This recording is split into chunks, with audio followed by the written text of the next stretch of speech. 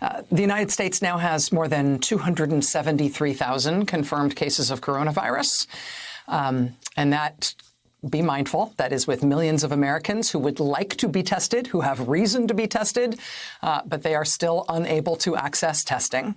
Still, though, with millions of Americans unable to access testing, we've got 273,000 confirmed cases, and that is the largest in the world by far. The second largest number of cases in the world is in Italy, but they're way behind us. We're 273,000. They're at basically 120,000. If you are frustrated by your inability to get tested or the inability of a family member or acquaintance of yours to get tested, it's an understandable frustration. There are literally still frontline healthcare workers who have been seeing coronavirus patients in places like New York City who can't get themselves tested. It's just nuts. But today, at a White House meeting with oil executives, the president blurted out, "You know what? I like it. Let's test these guys. If anybody wants to be tested, we'll test them." And today at the White House, all those oil executives there to meet with the president got tested. Congratulations, gentlemen. You're lucky guys. 305 people died of coronavirus in New York City in the past 24 hours, which means in America's largest city today, one person died from coronavirus every 4.7 minutes. There are nearly 12,000 people hospitalized in New York City now, and we have been watching how that number has risen over the past 2 weeks. And how do people get to those hospitals? How do those patients arrive?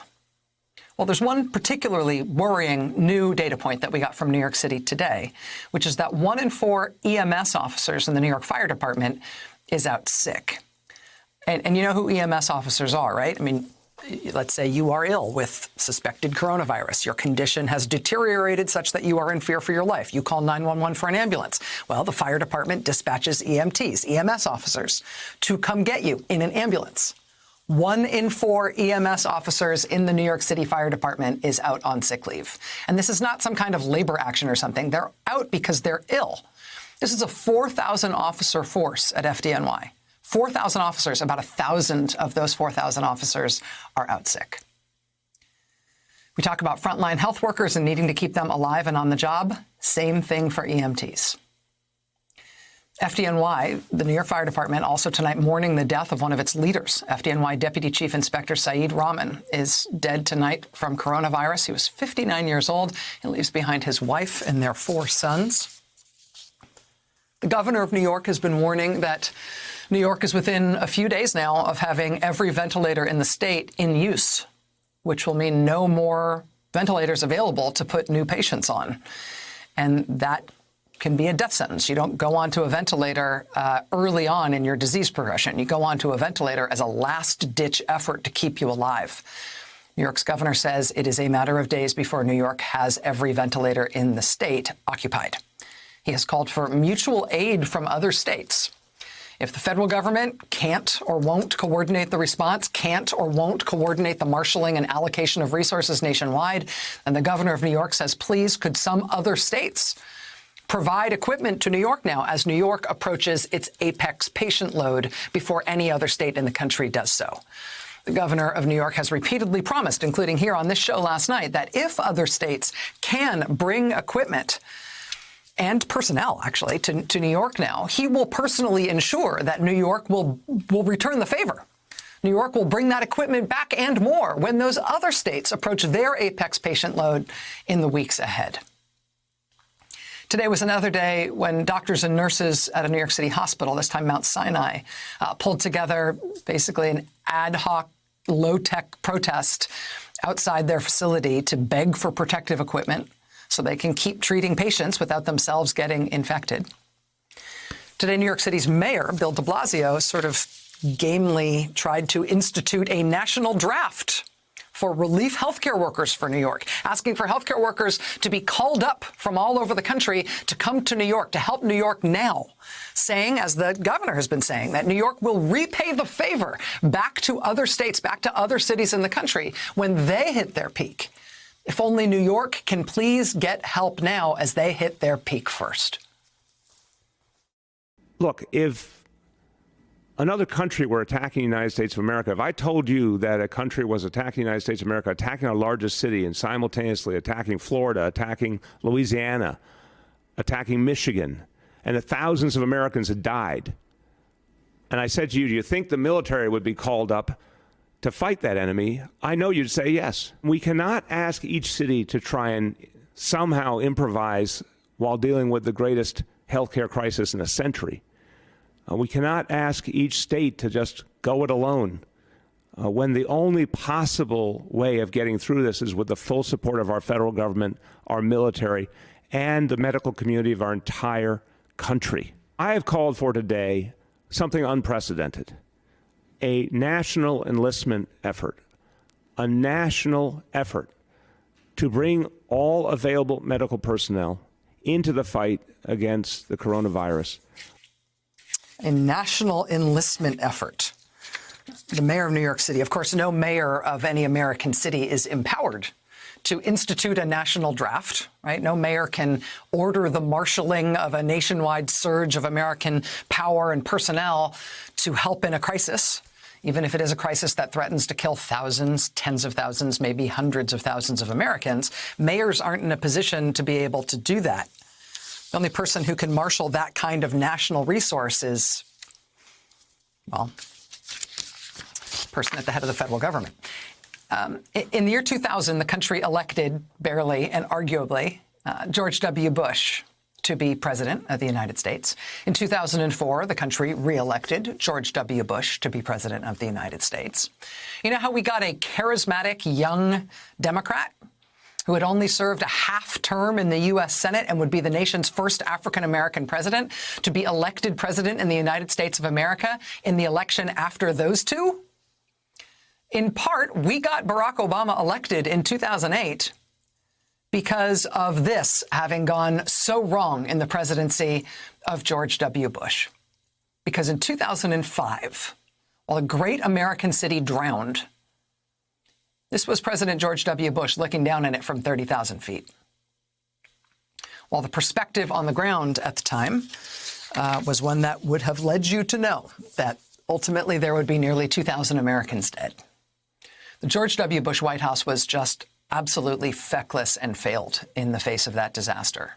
The president had hired a hand-picked head of FEMA away from his previous job, which was that he was the Judges and Stewards Commissioner for the International Arabian Horse Association.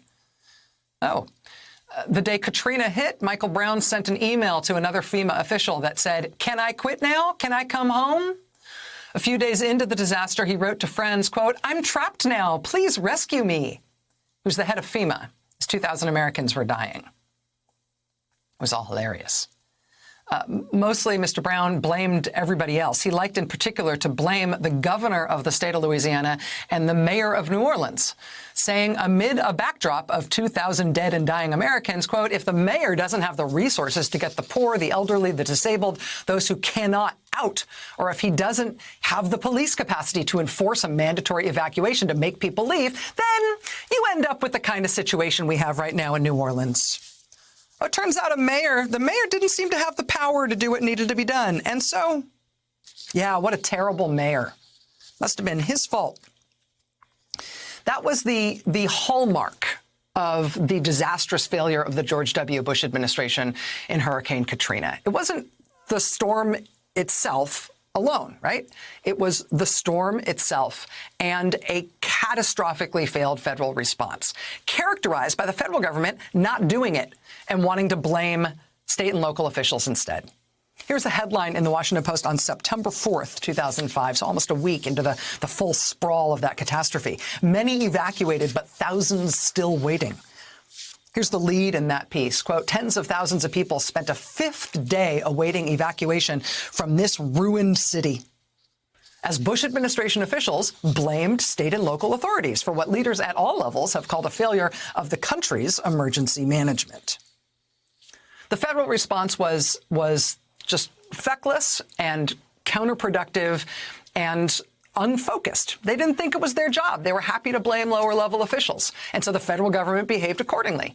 The Secretary of State at the time this was all unfolding was literally high-end shoe shopping in New York City as New Orleans drowned. She ended up in the New York tabloids for getting cursed out by somebody working in the shoe shop. But the Bush administration blaming local officials and the catastrophe of the federal response, those were not unrelated things, right? Blaming local officials was politically convenient. They particularly like to blame Democratic officials, for example, at the local and state level. But them failing to act, failing to do what the federal government was supposed to do, those were two sides of the same coin. Because what happened in the George W. Bush-Katrina failure was a specific national technical kind of failure.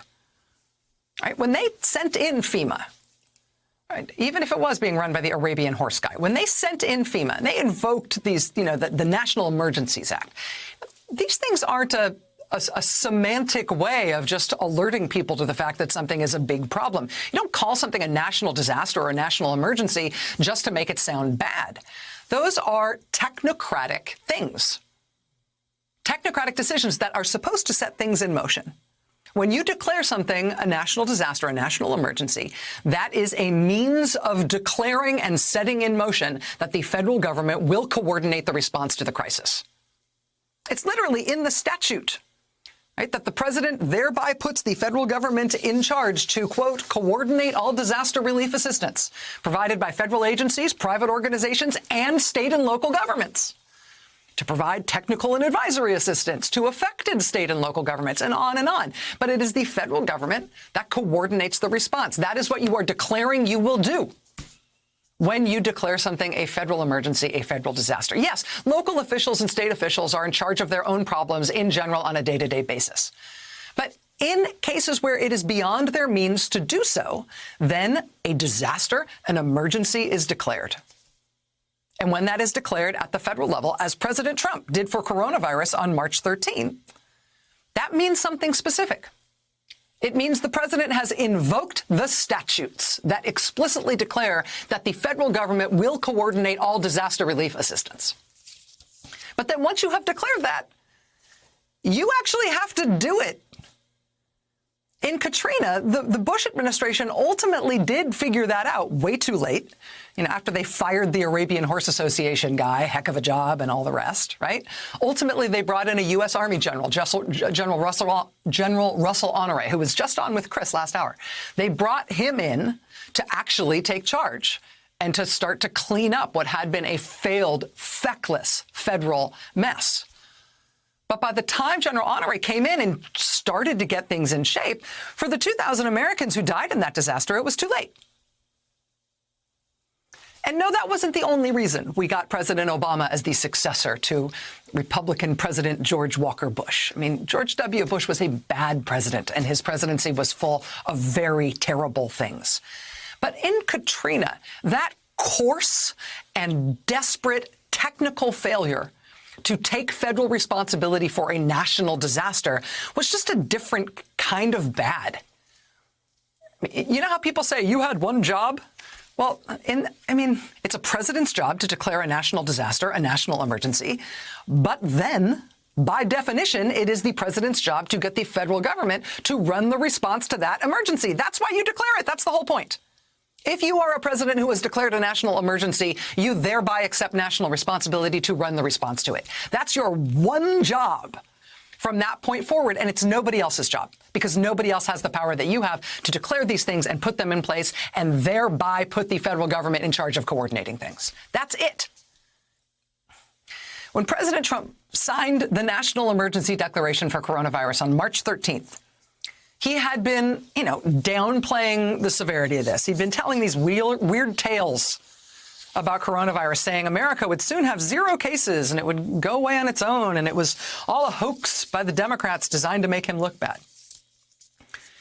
But don't pay attention to what he says. Watch what he does. Just whatever he had said about it. Nevertheless, on that date, by declaring that federal emergency, he put the federal government in charge of the response. And then he didn't actually do the work. And so now we are in the part where he is blaming the states, right? His statement on Twitter now that the states should have been stocked up.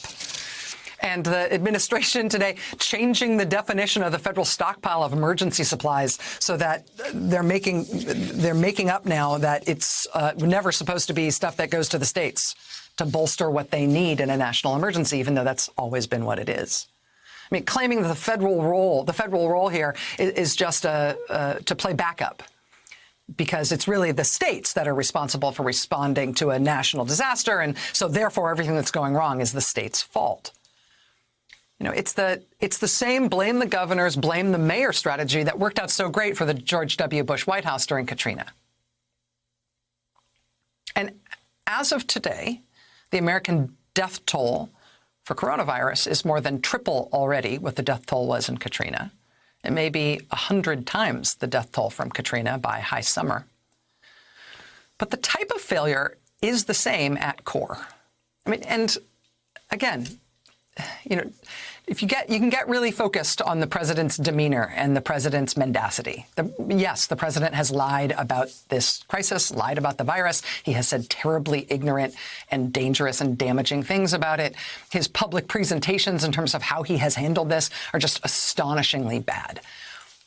But ignore what he says. Look at what he has done. Still, no nationwide stay-at-home order. No widespread access to tests, still. No national quartermastering for procurement and allocation of critical medical supplies. No real use of the Defense Production Act to compel the production of supplies, despite the fact that he keeps citing it. It's not happening. I mean, to the contrary, he's actually been using FEMA to undercut the ability of states to procure materials on their own. He's having FEMA bid against the states or claim states' shipments of their own material that they have arranged to purchase on the open market, while still telling states that it's their responsibility to get all their own supplies. And now saying that the federal stockpile is something for us, not for the states. Yeah, heck of a job. But it's also just the feckless nothingness of the response. The U.S. epidemic is worse than every other epidemic on Earth now, in part because our response was slow. Delay in this case equals death. Slowness equals death. This turns out to be crucial. If you act fast to contain the spread of the virus, you will reduce the number of people who ultimately get it, the number of people who get sick, and the number of people who die, and the rate at which your health system is at risk of collapse. If we had had a national stay-at-home order when Northern California figured out that they better do that in the San Francisco Bay Area, if we had had federal public health leadership, federal national disaster leadership that was as forward-thinking as the San Francisco Bay Area when they put in place their stay-at-home order, well, we'd be in a place now where our president could be saying what the California governor is saying now, which is that the rate of infection might have been slowed enough in California that California might not end up having so many sick people at the same time that the hospitals get overwhelmed there. They might have successfully avoided that horrific prospect. We could have had that. Instead, Dr. Tony Fauci is on TV still as of last night saying, I don't understand why a national stay-at-home order is not happening. I don't understand why we are not doing that. We really should be doing that. We don't have that. And now New York is closing in on 3,000 dead already, a death rate that is doubling every 3 days. And everywhere else in the country, they're seeing their numbers rise unabated. Alabama and Missouri decided on stay-at-home orders just today. They are among multiple states where it has been all you can eat, free transmission at in-the-wild rates for the virus for all of these weeks, because these are the kinds of governors who think the White House is in charge. And if the White House isn't telling them what to do, then maybe that means they should do nothing. Literally, there are 2,100 plus confirmed cases in Missouri. And the governor there has just been letting it spread unabated for now, planning to maybe work on it later. The new stay-at-home order just put into effect today, or just announced today in Missouri, isn't going to go into effect until Monday.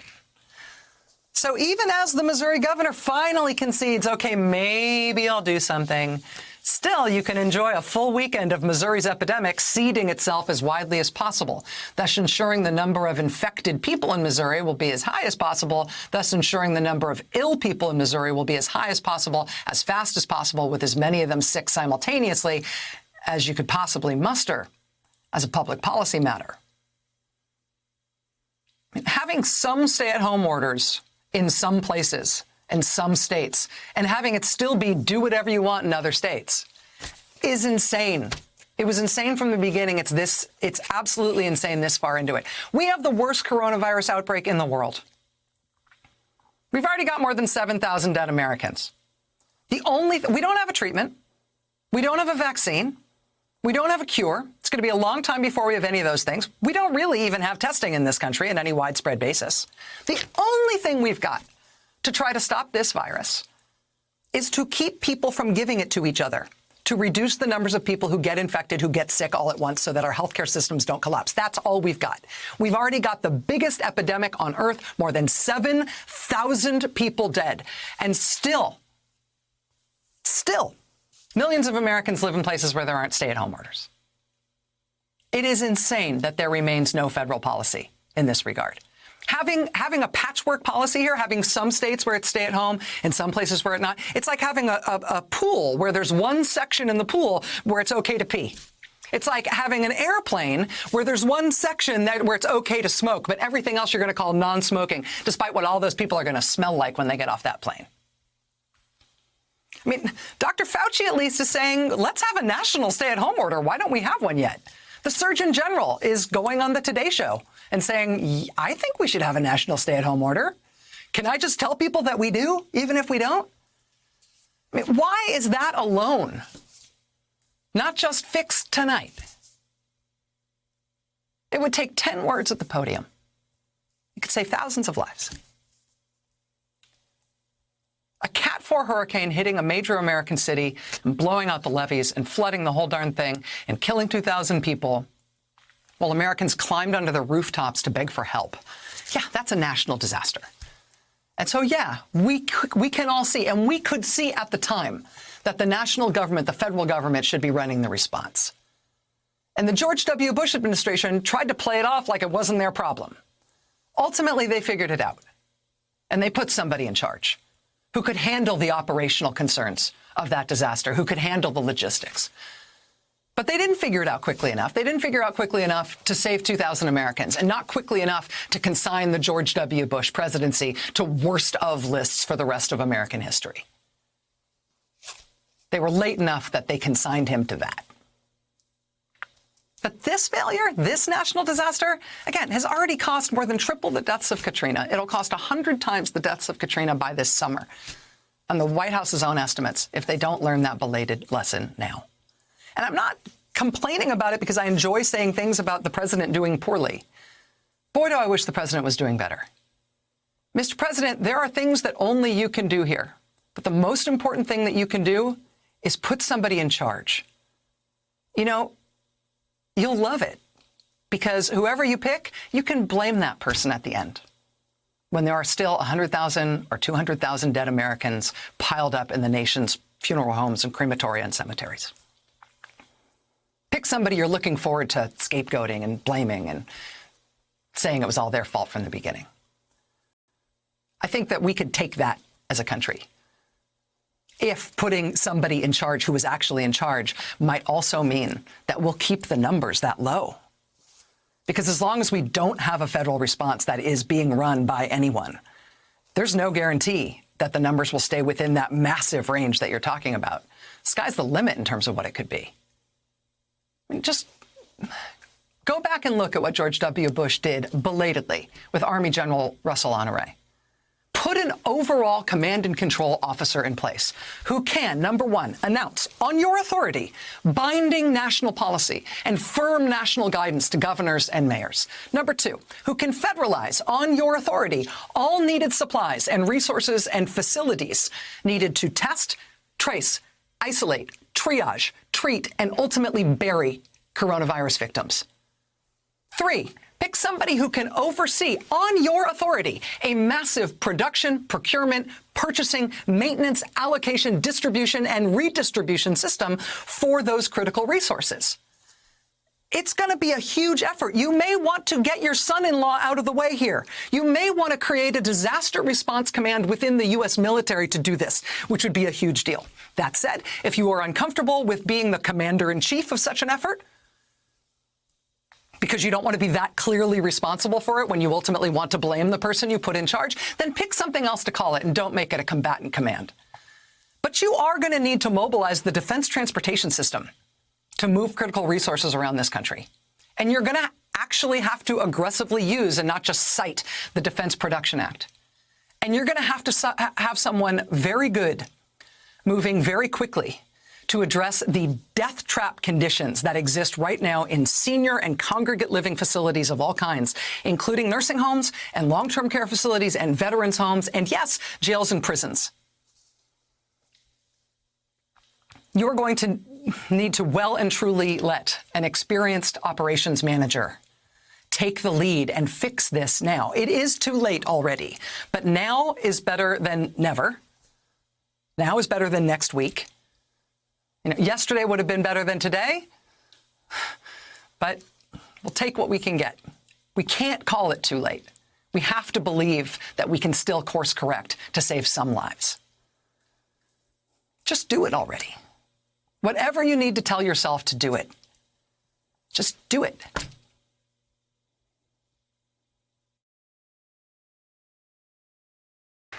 This is terrifying. This is intimidating It will to me. only get worse. Sorry, I always have a phobia when I'm in front of a live audience. It's like, my socks aren't long enough. You're going to see way too many parts of anyway. Your ankles are... I guess I should start it off with a tweet. What was on my Twitter feed today? The President of the United States, 9 o'clock this morning. Fascinating to watch people writing books and major articles about me, and yet they know nothing about me and have zero access. Fake news. I think Shockingly, this came, I would say, within minutes of your first interview on television about your book with our friends at Morning Joe. I think it was right after the Today Show. I'm sure he was talking about Hillary Clinton. Of course. Of course. Fascinating to me. Who wouldn't necessarily have access to his campaign. Do you think you know Donald Trump? Yes, I do. I think Donald Trump is somebody that's easy to get to know if you're given enough time to be in the same room as him, or just to observe him for, 510 days straight. What's the first time you had a conversation with him? Oh, God, the first time I had a conversation with him was, a full conversation was the day I sat down with him to do that interview back in So that was July at that first 2015. interview. Now, I remember that day very vividly. I know, because you met me for coffee and you said, hey, listen, he's going to go after you. And I said, all right. Yeah, little did we know. But so your first conversation before the lights go on or when you're prepping, what'd you make of him? Well, the first thing he did was he sauntered in. Donald Trump has a way of walking. He just kind of glides in, and the suits, the jacket flaps just kind of flap around him, and he's got an entourage all the time. And he sits down, and the first thing he does is he adjusts his jacket, and he looks at the camera, and he wants to see what he looks like. Well, first he wanted a photo with me. That was interesting. Or I assumed that I wanted a photo with him. But he wanted to see how he looked, and that's normal. I mean, everyone wants to see how they look in an interview. I didn't really think much of that. But the first way he really addressed me was he sat down, he looked at me, and he said, you know, my whole life has been a win, don't you? And I said, oh, okay. How do you respond to that? What are you supposed to say? Congratulations, I guess. That was the first time we had a talk, but it was not the first time that I realized he knew who I was. The first time that happened was the very first time I was in the same physical vicinity as him. And that was June 30th, 2015. It was the day that NBC assigned me to Donald Trump's campaign. I drove myself up to New Hampshire to cover this rally he had, and it was like a 200-person rally around a backyard pool, not the Donald Trump rally that everybody got to know. And I was standing there in the rain, tweeting what he was saying and trying to figure out what exactly he was and how he fit into things and what in the world I was doing there, because I had no reason to be there. And I heard my name, Katie Tur. You're not paying attention to me. And I looked up and I thought. It's like a school teacher moment? Like, Katie Tur, stop chewing gum, pay attention. Was it that? It seemed that way, and there was a kind of a smirk on his face. And I remember just yelling out across the pool at him, "I'm tweeting what you're saying," which he liked. And then he moved on with the conversation. So he announces, and the president of NBC News at the time is a woman by the name of Deborah Turness, and she comes to you. I remember a conversation she and I had about the idea of you covering Donald Trump. And I remember the conversation where we concluded, well, we don't know. Maybe she'll be into it, maybe she won't, maybe it'll work, maybe it won't, but he's not gonna be a candidate for very long, so let's give it a shot. We're still waiting for see how long he's gonna be a candidate. What did you think when she called you up about this? I got a heads up. Mm-hmm. I have sources within the building. Nice work. Look, yeah. You should know. In fact, if you didn't know in advance, then you weren't qualified for the job. Exactly. So I got a call. I was heading into a doctor's appointment because I was I was there for home leave. I lived in London. It was the first time I'd come home in 9 months. You just moved to London. I had just moved to London. I was starting what was supposed to be this overseas adventure, this glamorous adventure where I got to travel the world and really live what was my dream job and my dream life. And I purposefully didn't come back to New York for 9 months so that I could really feel at home there and I wouldn't miss my old life. So I finally come back and I'm going to this doctor's appointment and I get a call from my source who says, "Heads up, Deborah Turness is going to assign you to the Trump campaign." Says it really fast. And I said, "I'm sorry, what? Assign me to what?" And he said, "You better figure out what you want to do. Verdi's going to call you. Verdi's one of our bosses. And Verdi's the kind of person that you want to have an answer when he calls, otherwise you'll find yourself in an uncomfortable position." And so I paced around. I called a friend of mine who was an embed on the Romney campaign in 2012, and I told him what they were proposing, and he just laughed. And he laughed. And he kept on laughing. And then finally, when he stopped laughing, he said, "Yeah, it'll be short." Did you fear you were being set up? Did that ever go in the back of your mind? No, not that I was set up. I had a conversation with one of my old news directors today, and he was congratulating me on the book. And he said, "Do you remember coming to see me to talk about your, this decision and what you were doing, and just bursting out in tears and saying, 'They don't take me seriously'?" And I didn't remember that. I apparently wiped that from my memory. But I remember feeling like, well, is this a good idea for my career? If they really thought that I could do this, wouldn't they assign me a candidate that had more staying power? But that's because listen, I wasn't a political person. I wasn't a political correspondent. I hadn't lived in Washington. Did you ever think about saying no? I did. Yeah? How close were you to saying no? I was close. I was really on the fence. I had a Sicilian vacation lined up a few days before this happened with a lovely French boyfriend that I had. I was really living the life. Well, you are describing, it was great. In our business, we hear the legends of the foreign correspondents, and they're all like that. They all have the boyfriend or girlfriend somewhere in another part of Europe. Yeah. And then friends all over the world. Yes. And it's fantastic. You go to some truly terrible There's a reason places Richard Engel sometimes. is addicted to it, though. Yeah. God love him, but he's addicted to the lifestyle. And you can't sometimes. blame him because you get to see everything, you get to meet a ton of people, and it's a wonderful romantic experience. It's a dream job. So I thought about saying no, but then again I said, it won't be that long. So you've been on this sabbatical from your previous job. No. Did you ever think you were going to write a book about this experience? When did you decide to start chronicling it? I'm going to blame Peter Alexander for this. Because early on in the campaign, when Donald Trump kept making news and just wouldn't stay out of the headlines, he said to me, you know, you really should take notes. Everyone told me when I got on the campaign trail. By the way, everybody notes. says this to Everyone you. says Every this. friend Whenever will say you this. get on a campaign, that's what the first White thing they House, say. whatever. Take notes. Take notes, take notes, take notes, take notes. And I remember hearing the advice and thinking, yeah, you know, I should. And I took some notes early on like that. And then I put it out of my head because this was all consuming. And the idea of writing a book about it just seemed far-fetched. But around the winter, late winter, early spring of 2016, I thought about it more seriously because it was so unbelievable that it felt like somebody needed. It's a good title for a book. Yeah, it's great.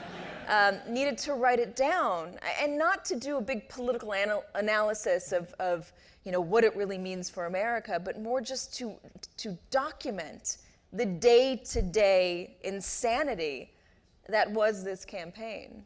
Just, I mean, insanity in terms of travel, in terms of, you know, not knowing where you were going, not knowing what would happen the next day. The campaign was difficult. The candidate was unpredictable, or predictable in his unpredictability. It just felt like something that if you didn't write it down, nobody would believe it. Did you ever say, I shouldn't write this book yet. I should wait. Yes. And then why now?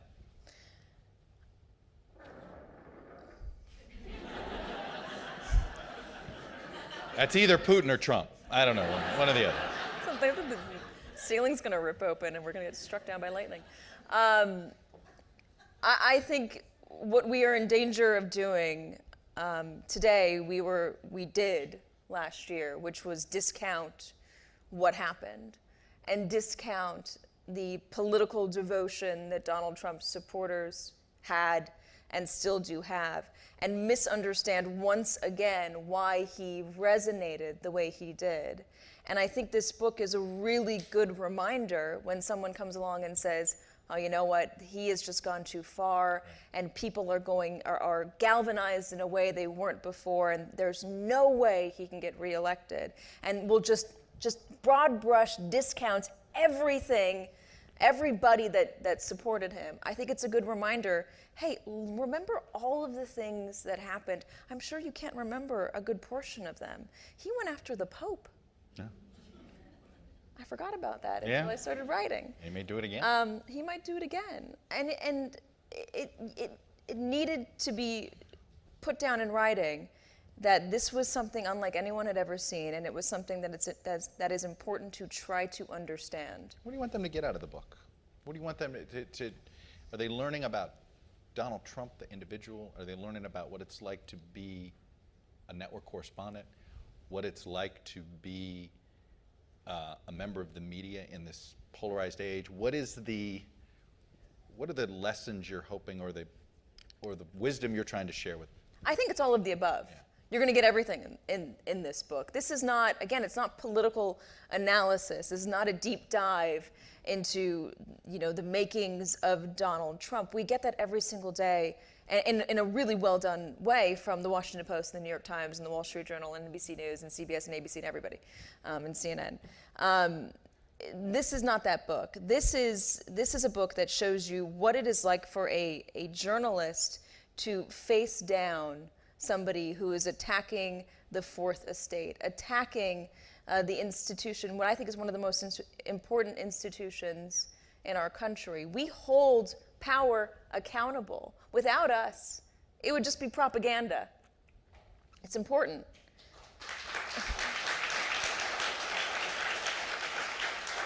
But then also, I think part of the problem we face, Chuck, is that people don't know us any longer. They don't interact with us. They don't see us as regular human beings, people with lives back home, people who struggle to zip up their pants sometimes because they've eaten too much road food. Just, the everyday, the mundane aspects of life that can be quite entertaining when you're living out of a suitcase. He ever resonate with you? Yeah. You think, boy, No, he did. He absolutely did. Donald And Trump's, I see what he's getting at there. Absolutely. He totally did. And I talk about this in the very beginning of the book. I do get it. I mean, you can't send your kid to school with a peanut butter and jelly sandwich because someone has a peanut butter allergy. You can't tell a off-color joke or a joke because you're worried you are going to get fired. The idea that patriotism sometimes gets labeled racism or xenophobia. We went to towns and we saw main streets that were, if not boarded up, just very empty and desolate. Big box corporations have taken over. There aren't kids riding their bikes around town. There aren't young families. There are just places that didn't seem as vibrant as we remembered America to be. And I think people who looked around and they saw that and they felt like they were screaming at the top of their lungs in a room full of people wearing earplugs, looked at Donald Trump and said, what do I have to lose? He used to say that. What do you have to lose? He would say that. Yeah, he would say that. Let's talk about the first time. You talked about that first rally in New Hampshire, which was not like the rallies we've all come to know and fear. Sorry, I mean, that climate, I parachuted in. I didn't have to I got to parachute in to do the backstage interview or the backstage this. Yeah. I remember one time he said, why don't you come out? And I'm like, First of all, God only knows what he'll say about you in the interview. That's like, you don't want to be a spectacle. I have an idea. Oh, me too. But when was this first time when you felt him move the crowd against the media? Where you saw that feeling, and perhaps it was when they put the media physically in the middle of the rally. That was in Grand Rapids. Yeah, when did that first start? Let's start with that. When did the first time that the Trump campaign decided to make the media pen almost like the centerpiece of the audience? I don't know when the exact first time was, because we were always somewhat in the center, if not, It's usually in the back. It's in the back, but these were really large places. Right. We were in Grand Rapids, Michigan, though, and this is the time when I think I felt it most acutely. Other than the Muslim Band-Aid, we can get into that. But Grand Rapids, Michigan, this was December of 2015. We are in I think it's like an 8,000-person arena, sports arena. And the press pen, it's a couple days before Christmas, the press pen is in the middle of the arena, on the floor. There's probably 30 to 50 maybe of us. In the media, surrounded by bicycle racks, and the rest of the place is filled with Donald Trump supporters up in the rafters and everything. You are literally surrounded. It's like a Roman Colosseum, as I write in the book. And Donald Trump is up on stage, and this is around the time that Putin called him, he thought he called him a genius. He really called him something more akin to colorful. His stablemate. His stablemate on 60 Minutes. Stablemate. His stablemate, which makes no sense. Great line. I don't know. I don't know what it means either, but Me neither. So a couple days before, he's praising Putin, and he's on with our colleague Joe Scarborough, and Scarborough is it sounds like he's called in from his bed. Maybe he was doing that. I don't know, but that's what it sounded like. it's what we've all assumed. What's what we've all assumed. The phoners are from bed. Yeah. Debate. Or sitting around the breakfast table with Melania, who knows? And Joe Scarborough said, this is a man who kills his political opponents. Political dissidents turn up mysteriously dead. Journalists turn up mysteriously dead in Russia. I covered some of those stories when I was overseas for that short time I was there. I know the stories of journalists who dared to question the Putin regime getting shot in the head point blank in the elevator of their own apartment building. It gives me chills just talking about it. It is terrifying. And Donald Trump waved it off. We do a lot of bad things too. So this is the climate.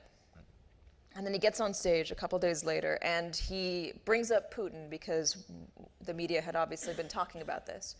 And he says, Great ratings. Yeah. Don't forget that. Yeah, and he says, something like, they think that I would kill journalists. I wouldn't kill journalists. But then he pauses for dramatic effect and does this bit of a wink. Maybe I would. I hate them. No, I wouldn't kill them. And the entire place is roaring. They're booing at us or they're laughing at him. And maybe the vast majority of those people knew he was really joking and saw it as one big act. But it only takes one person to not take it that way and to take it a step further and to feel like part of their problems are because we are against him. To climb those bicycle racks. Maybe they're not going to do it while Secret Service is in the room, but once he leaves, they leave. And suddenly the press is all alone. And it's scary, and we are far outnumbered. I remember I got on the Exchange, the morning call that NBC News has, that next morning, and I said, I got to tell you guys, I was terrified. Do you think we listened well enough to you? And I say this, when I say we, I'm speaking for the collective of NBC, because I've been thinking about this a lot while reading your book. And obviously, how we covered him as candidate Trump. When I say we, the collective we here, not one individual network, but the collective we. We've all gotten a lot of criticisms, to rally focus, to there's a lot of, and we can get into that. But do you think we in New York and Washington fully appreciated what was happening in these rallies at the time? And when do you finally think we got the message?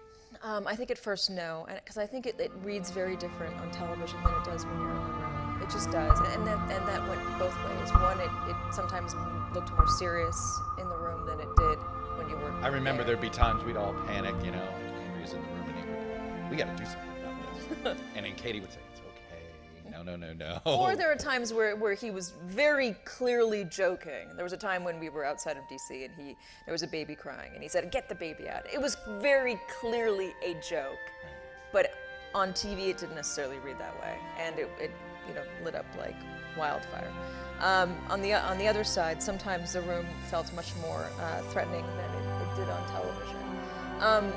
NBC figured it out, and so did all the other networks. When they should have.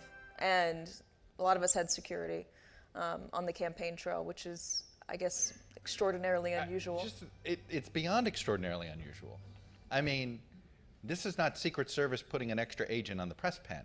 This was news organizations hiring separate security guards. Armed security guards. These were former Secret Service agents who would come with us wherever we went. And we got to know them really well. They're all incredible guys, and some women as well.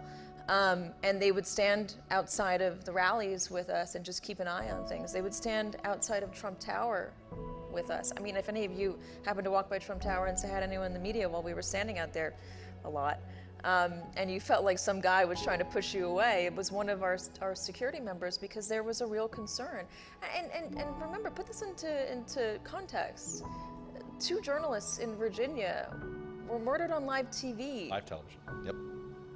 About 2 Not that years long ago, yes. Now, a year and a half, 2 years ago. Turned out to be a weird lover's quarrel, but still, it could have been, we don't know what that was. Still, we don't know. And so it was a really scary time. What would be, so he'd single you out at one of these. The first time he did it, what was the social media reaction? I mean, he did it so many times before anyone paid any attention. But the first time that people actually, I think, really noticed it was the Muslim ban day. Mm-hmm. Well, I mean, he would tweet and they would notice it on Twitter. Muslim ban day, well, there was my birthday. Daphne Linzer, she's in here and she'll laugh at this. My birthday of 2015, I was at a Trump rally in New Hampshire, and he called me terrible, and it was a great birthday present. Anyway. Did somebody inform him that it was? I don't think anyone told him it was my birthday, or maybe they did, and that's why he did it. Who knows? He didn't like the poll numbers that I reported about Ben Carson, as if I control the poll numbers. Anyway, but the Muslim ban day. This was December. Sorry, I have all these dates in my head. It's probably, I sound like Rain Man. You should write a book and write it all down. December. Be able to get a good. Oh, right. That's what. Yeah, exactly. December 7th, 2015. This is Pearl Harbor Day. What better day to do the Muslim What better day to do the Muslim ban? ban? And it was actually just a day that just seemed a little dull. President Obama gave a speech the day before about terrorism. San Bernardino had just happened a few days earlier, and he was addressing the country. And Donald Trump, I guess, wanted to come out much in just the opposite fashion of President Obama, really hard line. So he catches all of us off guard by announcing in an email blast that he would ban all Muslims from coming in the country. We had just a little color behind the scenes. When you're in Charleston, South Carolina, you try to eat as much food as you can because that is the culinary capital of this country. And we had just, Ali Vitale and Anthony Terrell, my producer, and I had just stuffed our faces at a great lunch place. And we went back to our hotel to I smile when I talk about this because I love the food. It's the best part of the whole trail. We went back to the hotel to... Not an accident, by the way, just a quick aside. Long-time chief political editor of the New York Times, who's also one of the most fun things. There you go. The late Johnny Apple.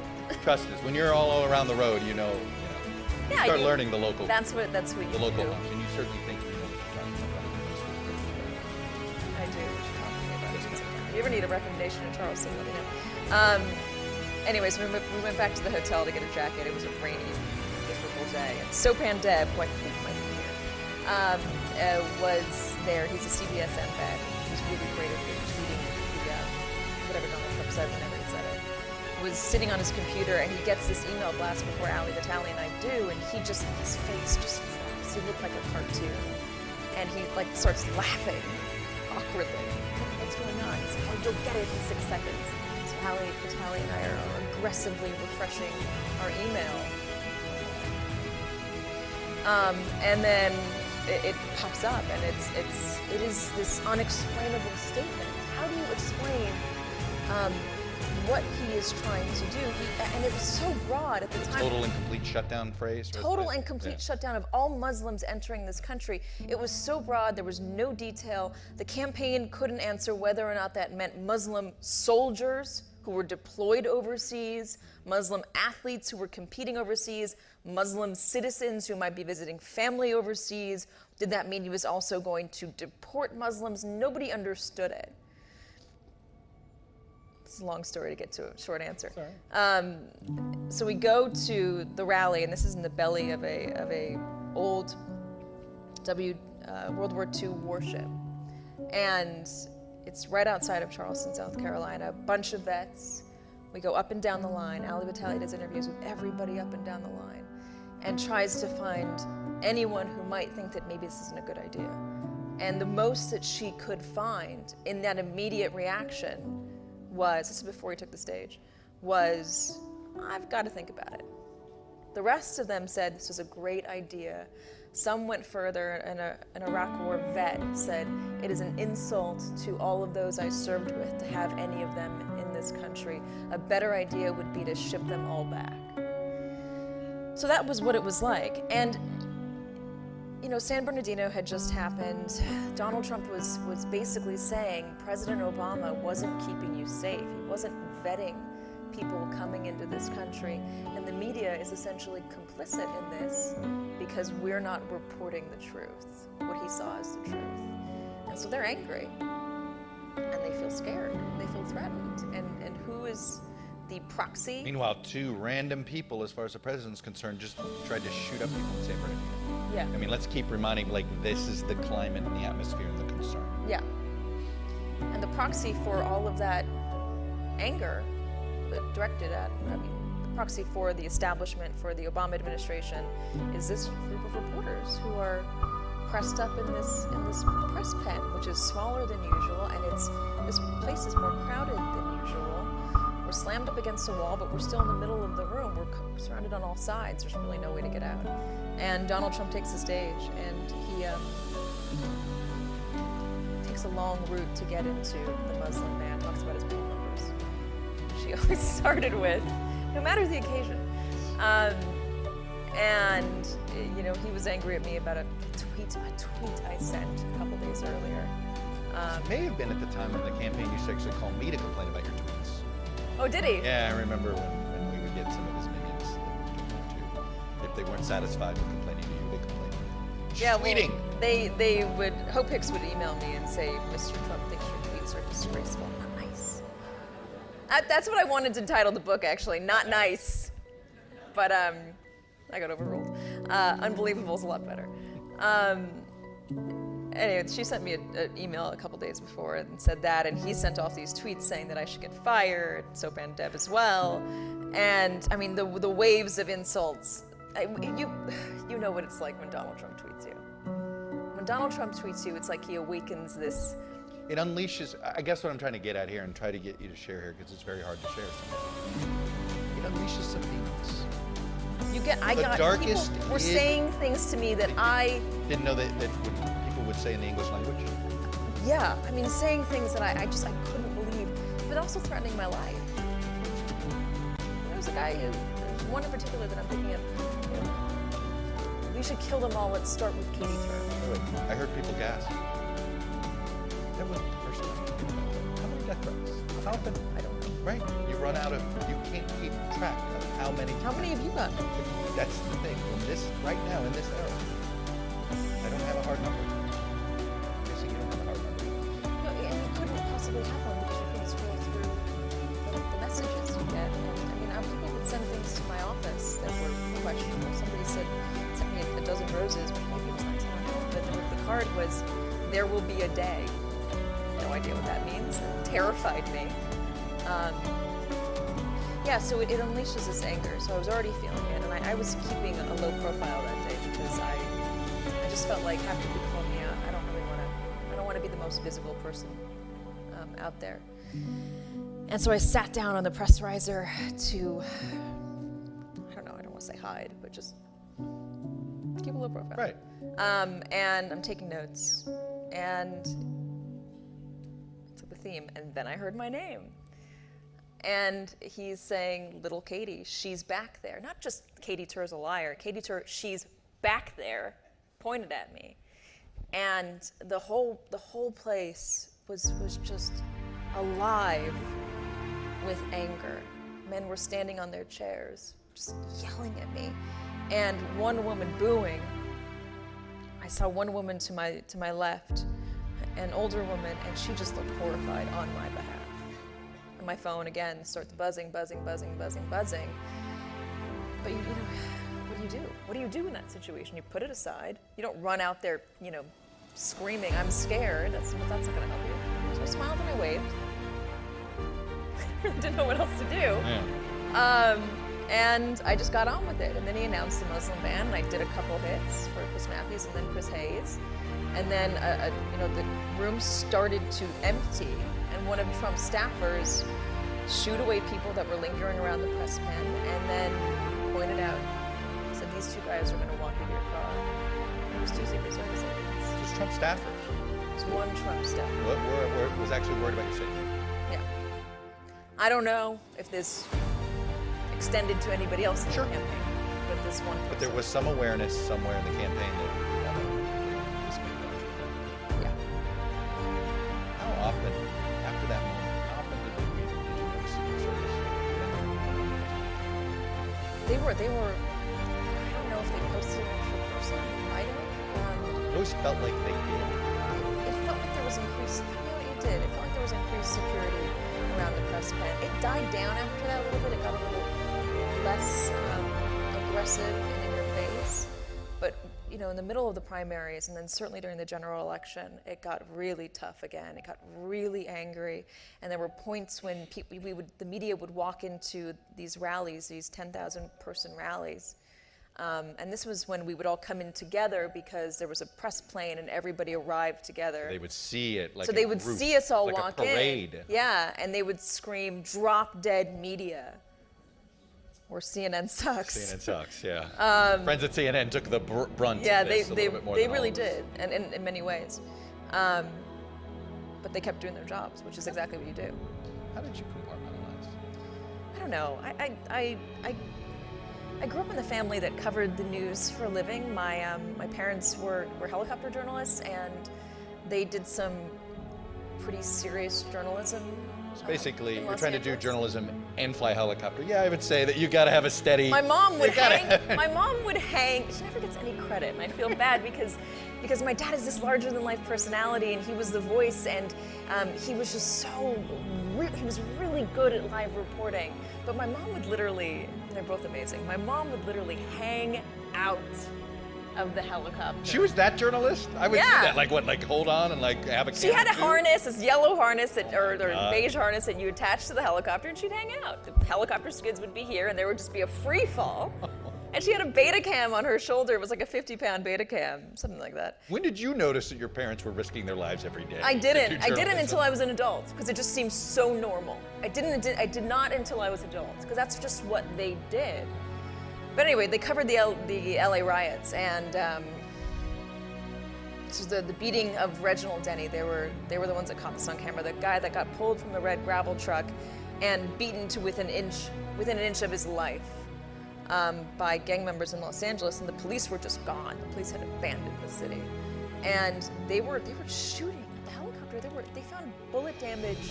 Parents said they found bullet damage in the engine blades, which could have taken that thing down. Right. My mom says she found bullet damage in the battery beneath her seat. There was a battery underneath her seat. It's hard to even comprehend now. But anyway, after that, they got a lot of death. Now you're thinking, Jesus, Donald Trump there was no bullets. Yeah, You well, know? yeah. Yeah. I mean, they got death threats. So it seems like that was what you do when you're a journalist. You deal with this stuff to get the story out. How would you tell people you kept your impartiality? I just put it aside. You don't think about it every day. If you think about it every day, how would you get out of bed? You just put it aside. It's easy to say, but it is hard. Part of it was just the sheer exhaustion of running around. You just don't have time to think about anything else. And he's constantly making news. There's stories that are breaking every day. Maggie Haberman's got a scoop every 4 seconds. You're trying to keep up with her. It's almost impossible. I mean, I don't think she sleeps. I thought about starting a hashtag, Go to Sleep Maggie, because I would go to sleep, and I slept like 4 hours a night. I would go to sleep and she would be tweeting. I would wake You up. know what that meant? and she would be tweeting. Right. Hey, Haberman's reporting this. What do you got, Katie? She's an incredible woman.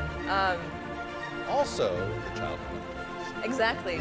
We're sick people, and we just breed other journalists. Bred to be journalists. Anyway, so you had so much to do every day. You had so much to do, and that you just didn't think about it. How much do you think your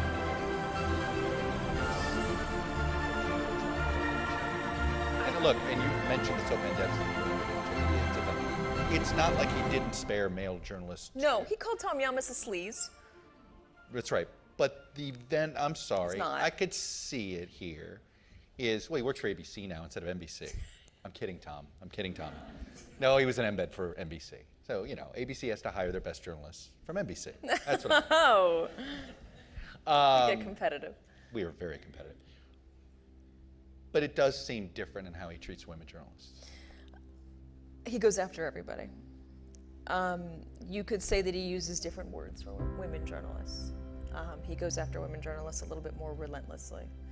You could argue that. His supporters certainly treat women a little bit differently.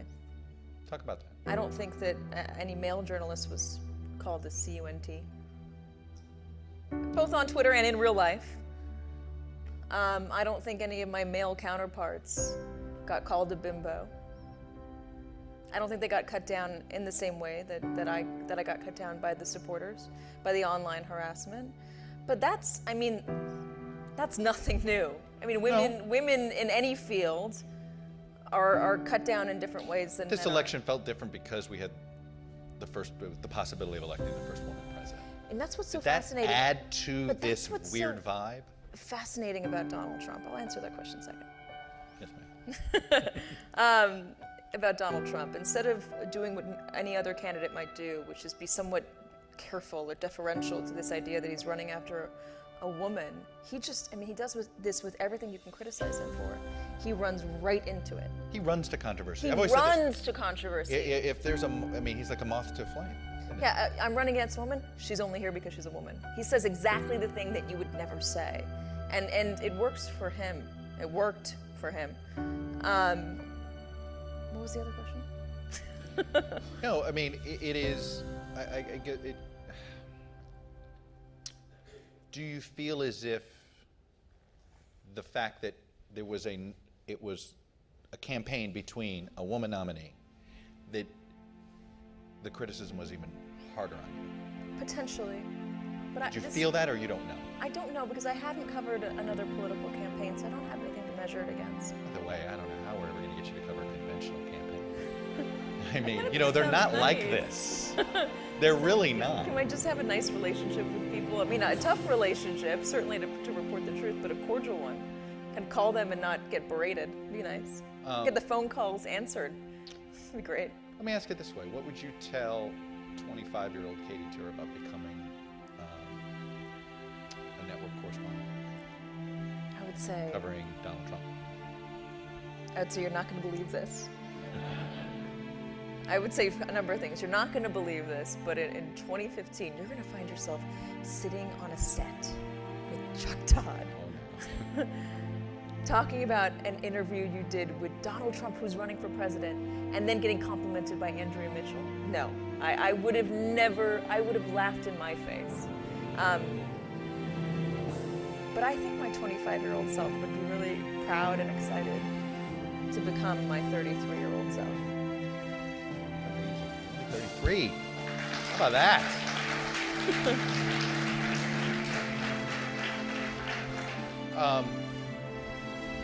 You have a candidate that you're covering that is whipping up crowds against the press. At the same time, part of your job is not to cover the candidate, just the candidate. Part of your job is to also cover the people. Yeah. That is appealing to him. How much harder was it to have those conversations? You're doing, you know, the voter conversations that you want to have. Like, what is it? What motivated you to come here? I can't believe you stood in line 3 hours. It's like 20 to below zero here. Why did you do this? Did it make those conversations harder? Did these people want to talk to you more, talk to you less? It was What were mixed. those interactions? Some wanted to talk to me less. Some would say that Yeah, they your questions. believed I was just very biased and they didn't think it was worth talking to me. Others would say, I saw you with Chris Matthews, can I have a selfie, let's talk. Which actually happened quite a bit, I was surprised. Others were just really open to explaining why they did support him. I found it, yes, some days were harder than others. But on the whole, it was really fascinating to hear what they saw in him and why they believed in him, and to try and understand the phenomena. I don't think anybody really understands what happened in 2016. I think if anybody comes to you and says, here's how it all went down and here's why Donald Trump was elected, you know, that hurts you. So, is that how it goes? Too bad. Sure. Yeah, sure. I don't think anyone really knows.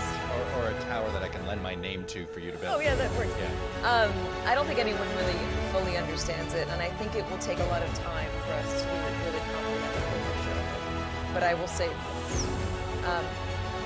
It was fascinating to find out why they were angry and why they believed, frustrated, ignored, whatever, why they believed that Donald Trump was the person that would change things, why they related to Donald Trump. That's always been the question I get. How is it that a New York City, Fifth Avenue Manhattanite billionaire He's their working class billionaire. is somehow the man of the people, of the working class people?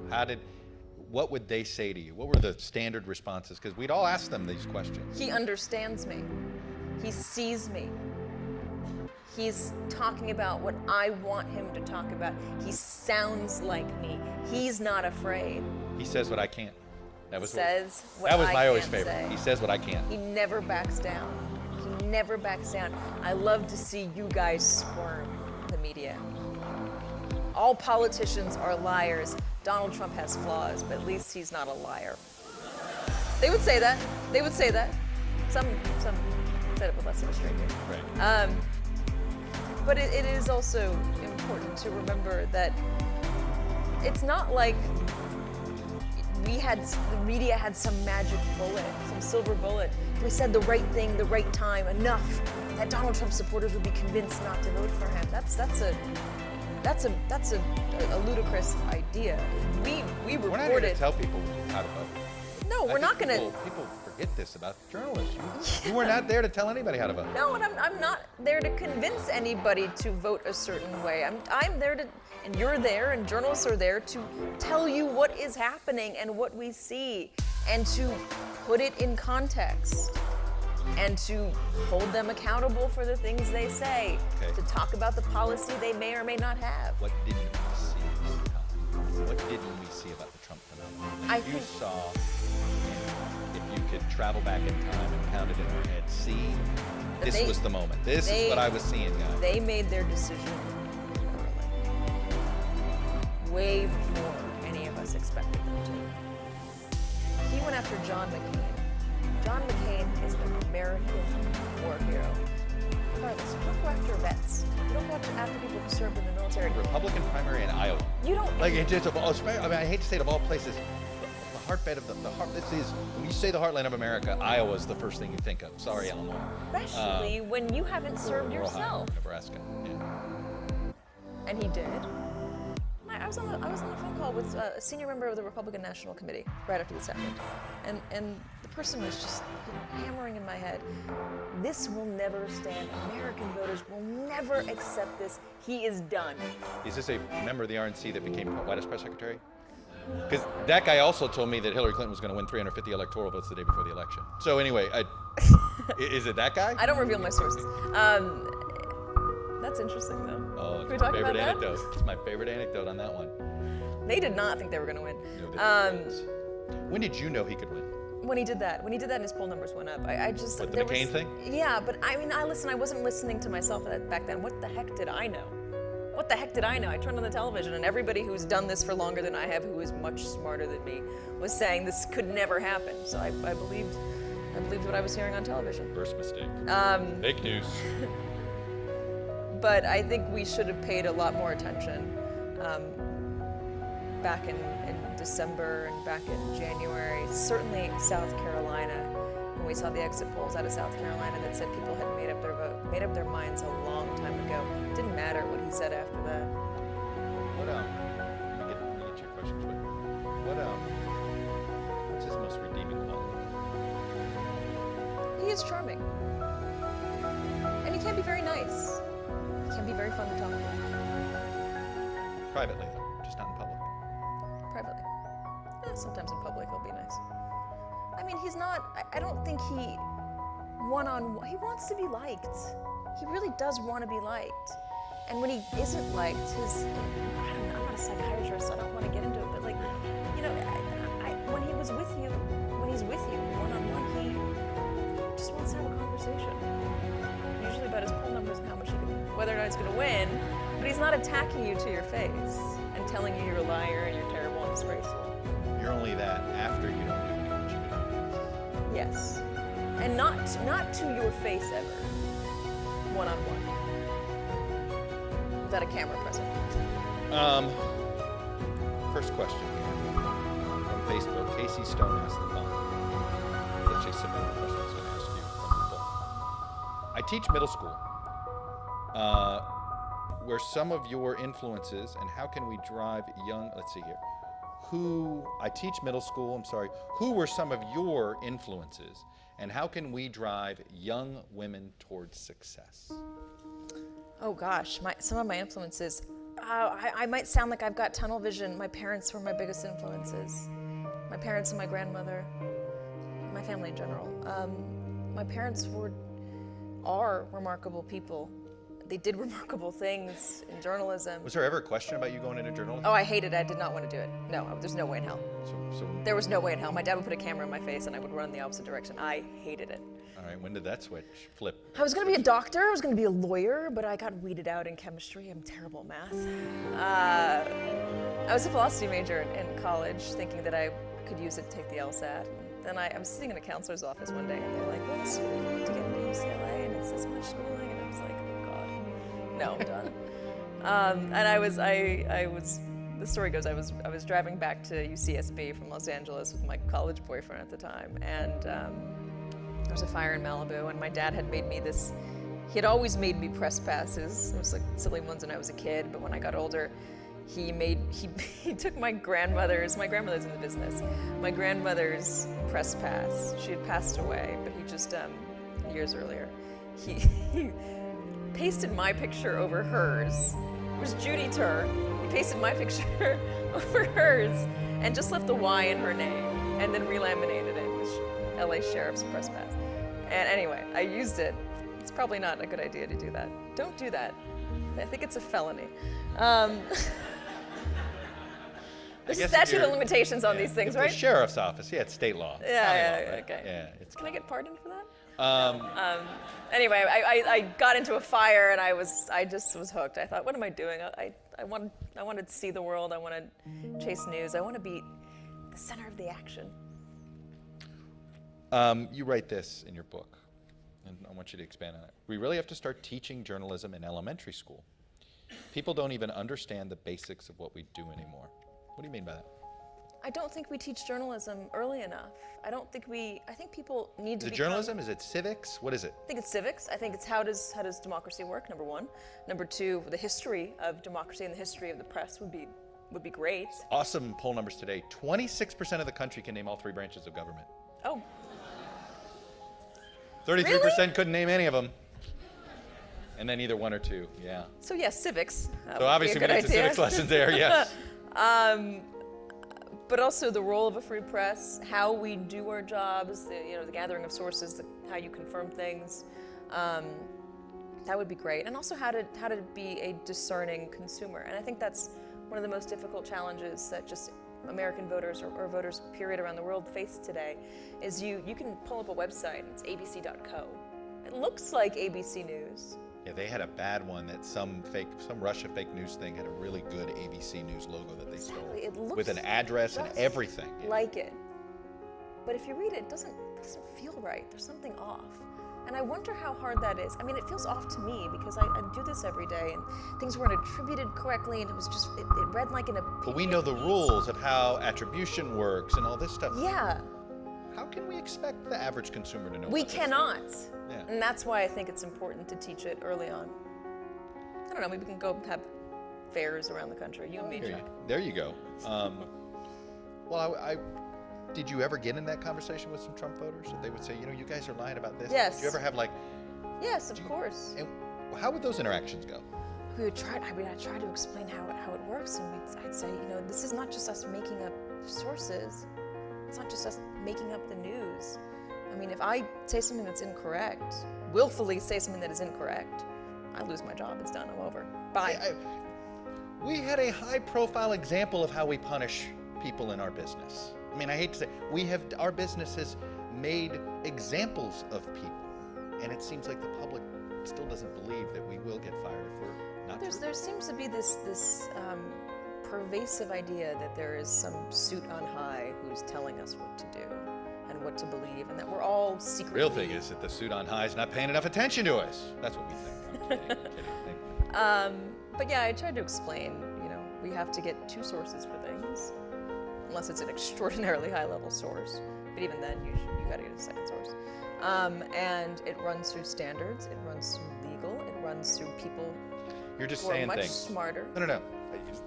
Standards, legal. Standards are the standard practices for what is allowed on air and what is not allowed on air, what is appropriate for air and what is not appropriate. Are you putting this quote into context? Are you sure you're characterizing this story correctly? Is it fair? Do you have both sides? Or 3 sides or 4 sides or 5 sides, whatever it is. Legal, are we gonna get sued for this? You got to go through all these many levels. Then you got to go to someone like Daphne Linzer, who will say, "No, this is not going on the air." Someone above you, and it's difficult. You just can't just walk up and say whatever you want on television. Because this came from your number one fan, I have to ask. Oh. Person claims they're number one. Is it my mom? It says mom or Matt? I haven't decided here. I guess it's Matt. Sorry, not mom. Do you miss being in the field? I do. I would be lying if I didn't miss it. I look longingly at it. I've certainly, in a weird way, I was looking longingly at hurricane coverage and saying, God, it'd be nice to get blown around the wind. Man, I've never had that longing feel. You haven't? When you go through one, you don't want to ever do it again. I used to chase storms for the Weather Channel. Yeah. I chased tornadoes, and I'm from Los Angeles. We don't have weather in Los Angeles. It barely rains, unless it's an El Nino year. So I find weather to be absolutely fascinating. I do miss being in the field. I miss talking to people. I miss getting out there. I miss the only thing I miss more than not sleeping in my own bed is sleeping in my own bed. So it's kind of a. Give some advice to the White House beat reporters right now. Some Don't trust anything they tell you. Who weren't on the campaign, who have been thrown into this and are still trying to figure him out. Don't use the word pivot. That's number one. I think there's a tendency to overanalyze him and to project all sorts of strategies that he might be thinking He doesn't of. play chess, No, correct? He doesn't. He's not playing three-dimensional chess. I say he Works plays from a the gut. very aggressive game of checkers. He loves to be kinged. Yes. And then I just wouldn't trust anything they say. And they've proven over and over again that they are not so good at telling the truth or the full truth about any situation.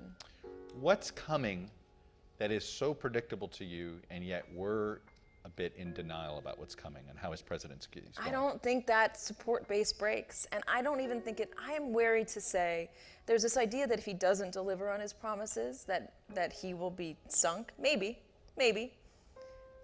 But I'm wary of that, and I told this story on your show today. Yeah, I was going to share. Go ahead. I wrote about it in the New York Times. That was a cool thing, having your byline in the New York Times. It was really cool. Look, if you're going to be in charge of fake news, you want to be in the chief fake news newspaper. That's right. Right? I mean. But the story was, I was talking to a man outside of a rally, I believe it was Ohio, and I said, why do you like Donald Trump so much? And the man told me, because he's going to build a wall. And I said, what if he doesn't build a wall? It's okay, I trust his judgment. So Katie told this on the show today. And Katie will tell you this. We all in journalism, we acquire pen pals. Yeah. Okay? And they will be, sometimes they start out as just terrible critics, but maybe you shame them in their language and they literally apologize and then you start a dialogue. And I've acquired quite a few people like this. Drives my wife crazy, I think. But one of my pen pals heard her today and we were talking about the Trump in Congress, and I forwarded this to Katie, but let me read it because I thought it encapsulates this as well. The problem isn't Trump. It's not a senator or even a representative. It's not an R and it's not a D. It's Congress and their refusal to work together. Trump will work with R or D. It doesn't matter to him. He's not a D, he's not an R, and that's why the American public put him in office and will keep him there in 2020. Congress better figure out that they're the problem and they better do it pretty quick. Trump puts country before party because party doesn't matter and only serves to divide.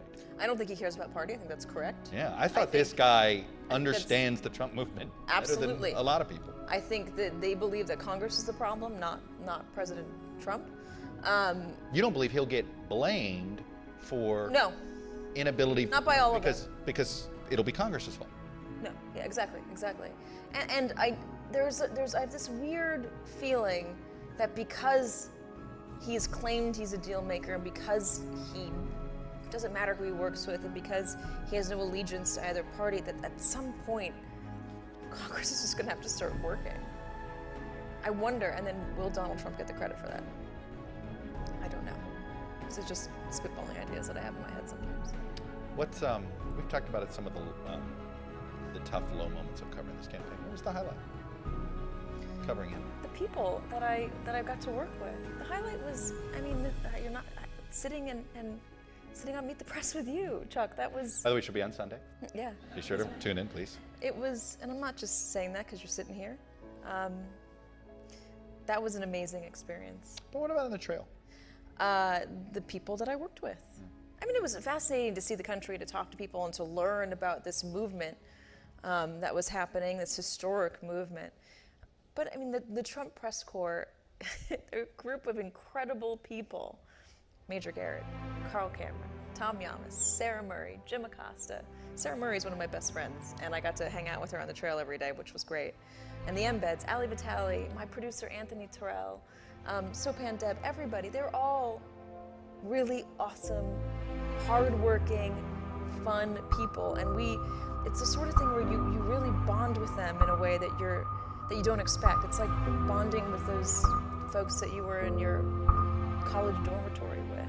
You're forced to be together. Luckily, we all really liked each other. And then, I mean, and you might find this to be trite, but NBC had an incredible team of political journalists on the trail. And You had a good year. we had a really good year. I You mean, had a good team. the people, Casey Hunt, Andrea Mitchell, Kristen Welker, Holly Jackson, Peter Alexander, Kelly O'Donnell. I mean, Chris Jansing, those are some real heavyweights. And we broke a lot of news, and I think we covered it on the TV side better than anybody else did. And it was very exciting to be a part of that movement. It was especially exciting to be a part of what was essentially the first female-led politics team in network news history. The candidates, me and Hallie on Donald Trump, Casey, Kristen, and Andrea on Hillary Clinton. You know what was interesting about that is that internally there wasn't a lot of chatter about this. No. And it was such a outside phenomenon. It was great, but it was like the perfect way you want something. It was like others noticed. We weren't sitting there to say, oh, look at us, aren't we this, aren't we that? Because the decisions were made for any reason other than, well, this person will be done that, and this person's best fit for that. I don't think many of us were in the front of the pack either to cover these candidates in the beginning. When you just were spitballing who's gonna cover who. I think I was. Well, I know I wasn't. I think I was low down. I think your great strength in this campaign is something that there's not enough that I'm always concerned about in political journalism, and I think that you brought something which has been there, done that disease. The biggest problem and the biggest reason why all of us experts, I think, miss this is that, oh yeah, we've been there, done that. You know, we've heard that Ross Perot garbage before. We've heard that Donald Trump stuff before. We've, the older versions of it. Oh, we've seen George Wallace before, and this or that. You're a reminder. Fresh perspectives matter a lot, and I think we benefited because we had more fresh perspective than our competition, and yet we still didn't listen to you soon enough. That's been my biggest takeaway from your book. Is, God damn it, we didn't listen to her soon enough. I know. Thank you. No, I mean I say that because I'm curious. What would you do differently? You got to cover the re-elect. How would you do it differently? I would brush up on all of the stuff that I didn't know.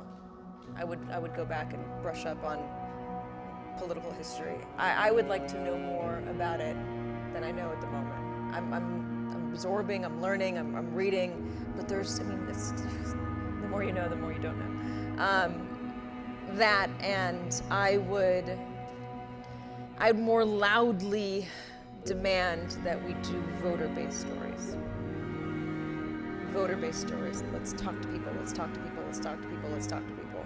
Let's go into these towns and do stories about communities. Let's get local. Let's not just cover the candidate. Let's get out there and let's talk about what's happening on the ground across America. That's how I'd like to do it. You say that every cycle. I know, and I don't know why we don't do it. I don't either. I wish we did. Do you think if we would have discovered the opioid crisis sooner? Yeah. I think we would have seen the frustration a lot sooner. I think if we were out there and going to Michigan, even without a candidate, Wisconsin, Minnesota, I think we would have seen what the Clinton campaign didn't see. Let me ask you which this. was this turn. What would Hillary Clinton have learned by spending a day in your shoes? I think she would have truly learned what political devotion looks like. That's interesting. And I don't think maybe she wouldn't have called everybody a deplorable. How important of a moment was that? I thought that was catastrophic. You don't go after the voters. I mean, it gave them a reason to rally together. You're going after me. There's the mumbles in here. You always know when I always think, oh, we're hitting on something here. Yeah. That's interesting.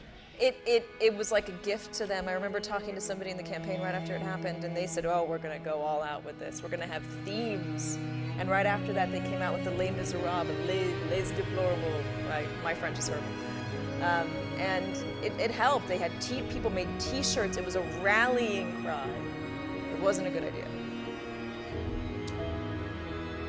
Would she have understood the electorate better by spending time at a Trump rally? And I say this because there's vast amounts of politicians walking around Washington who don't understand the Trump phenomenon. I think Would they understand it better Yes. having been in Grand Rapids with you one night?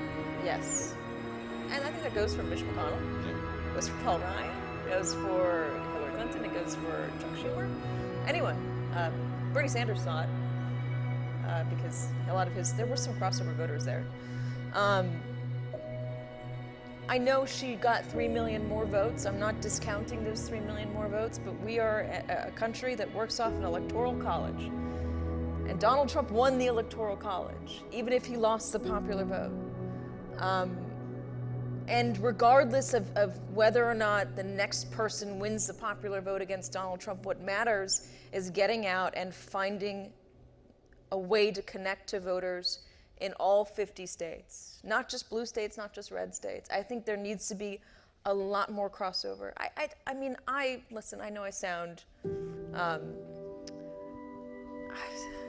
like an idealist here, but I think what boggles my mind still is just this divide and this inability to get along or to agree on anything, and that is what I think people underestimate about folks who voted for Donald Trump.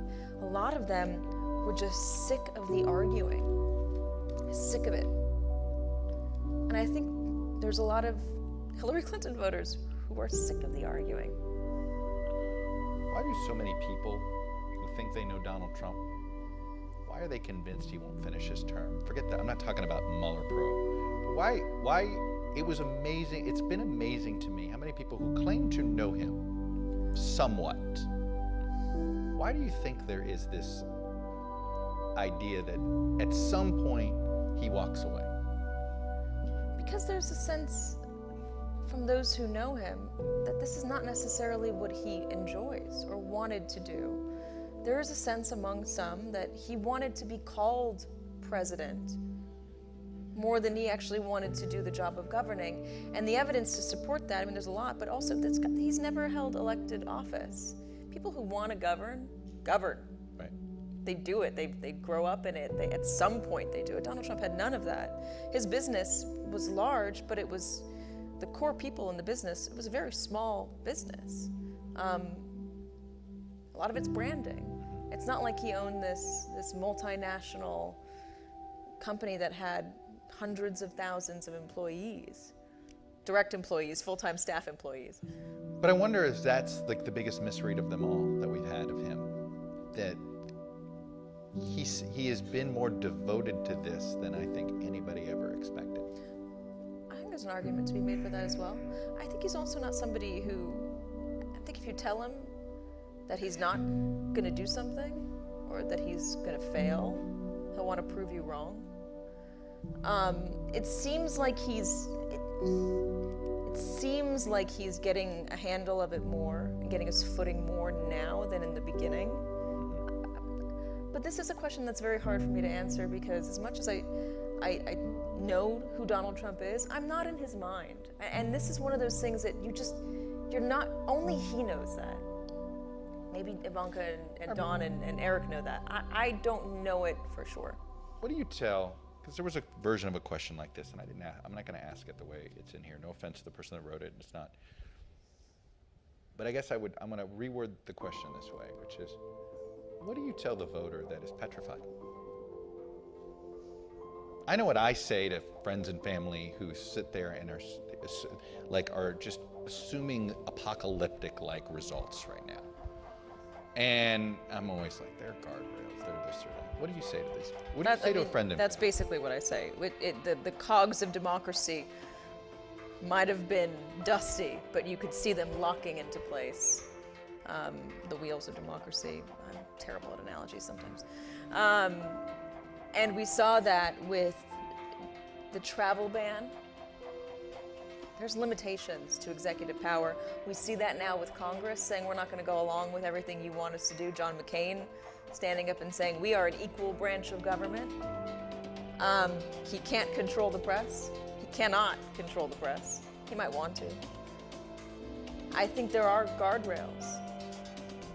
There's not there. I mean, he's got the nuclear code, so he doesn't have guardrails for everything. But I don't know if I have the best answer for those who are terrified. What I guess what why do you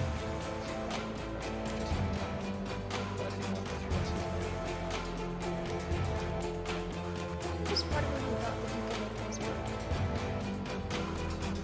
Could we look back and if it's revitalized our democratic institutions, then maybe his presidency, whether it's considered successful or not, that the candidacy was simply a success because it was a wake-up call. Potentially, yes, I agree. And I think it's been, in many ways, a great thing for journalism, especially because look at what the Washington Post and the New York Times are doing on a daily basis. There's this arms race between the two to do better investigative journalism. And we see in all the networks, we break a lot of stories every day. We found our voice again. And as much as people don't trust us, I think people are starting to trust us again. Have you thought about the alternative scenario of using a handful of votes in Wisconsin, Pennsylvania, and Michigan? And she's narrowly elected president. How would he have handled losing like that? How would he have handled losing the way he did? That is a really good question, and we thought about that a lot on that day. There was a real question about how he would concede. Would he concede? Would he say something so inflammatory that it would cause violence in the country? And that sounds hyperbolic, it sounds alarmist. No, there was concern about what happens if Donald Trump loses by a little. He'd been talking about voter fraud. For weeks, especially in the month of October. He had been saying, because they thought they were going to lose, so he was already making the excuses and laying the foundation. He was saying, you've got to watch what's going on in cities like Philadelphia. It's not very subtle. Cities like Philadelphia. Why Philadelphia? Geez, what's not Scranton? He wasn't worried about Scranton. He wasn't worried about Scranton. He was worried about Philadelphia. He was worried about Philadelphia. I guess the demographics. I don't know. Ted Franklin's vote. I don't know.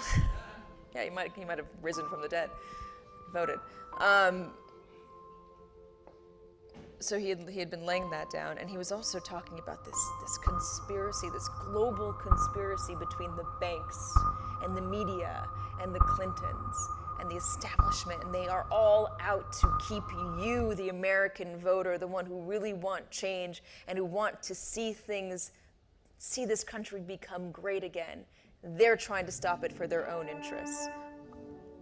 The idea that there might have been violence, I think, is not a far-fetched one. I have to say that's been I've thought about that alternative, and I don't know that could have been a bleak picture. And then what happens maybe in 2018 or 2020 if that scenario plays out, or even if it's a larger margin between the two? What happened? I mean, Chris Kobach has got this election voter fraud, election integrity commission. They're claiming there's all this voter fraud out there that there's no evidence to support. What happens with all of that? Those foundations are still being laid. I think we're nearing the end here. Good, your questions are getting too hard. Yeah.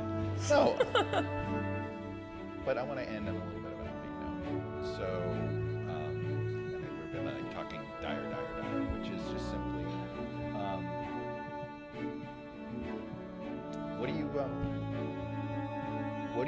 how do you want to cover the next campaign besides what you were saying earlier? How do you want us to cover Donald Trump's reelection? How can we do this smarter and win back that trust with the Trump voter that we're actually getting? Not just the public at large, but with the Trump voter. I want to get out there and I want to be in towns for more than just a rally. I want to talk to people. I want to sit down with people at a diner. and say, what are you worried about? I want to go there and I want to cover the issues that they feel are not being covered. And I want to put those on television every day and not just have two talking heads yelling at each other back and forth. Not that we do that right now. We really don't. That's not a fair accounting of what we do with cable news. But I just wanted to be more about the people than the candidates. Do you think Hillary Clinton's media criticism of how we covered him is legit? What did she say exactly? Well, just putting on the rallies so much. And the overcoverage of the rallies, the overcoverage, she's got a beef on the email front. That's a separate conversation. That's not your beat. But I'm talking about how we covered him. That we covered him. Did we cover him too much like a celebrity? Did we cover him too much like a sporting event, a spectacle? Obviously, yes. Sorry. These are leading questions, Katie. In our business, no. Yes and no. I think that, listen, when's the last time you saw 20,000 people show up for a rally 6 months before a primary? When is the last time you saw that? Name one time. When there are 16 other people in the primary. There were moments with Obama early, but yes. Okay, fine. No, I mean, look, before Trump, you're right. And in August. By the way, not on the Republican side. We had not seen anything like this on the Republican side. Since I can't remember. In August of 2015, we went to Mobile, Alabama, and we had it was blazing hot. Thunderstorms. 20,000 people showed up for this guy that everybody was laughing off. How do you not put that on television? By the way, this is my favorite moment of I think, pure honesty from the president is when he apparently said, yeah, Jeff Sessions only endorsed me that day because he saw the crowd and freaked out. And he put on the hat and went, oh, wow, yeah, make America great again, Mobile. I think there's some truthiness to that. The guy says what he thinks in the moment he thinks it. And he believes what he believes in the moment that he says it. It's not a lie, Katie, if you believe it. We put him on TV a lot, but he was also unlike anything we'd ever seen. And we fact-checked him a lot, and we aired his controversies a lot, and we talked about all of the other lawmakers who were condemning him a lot. We did a lot of those things.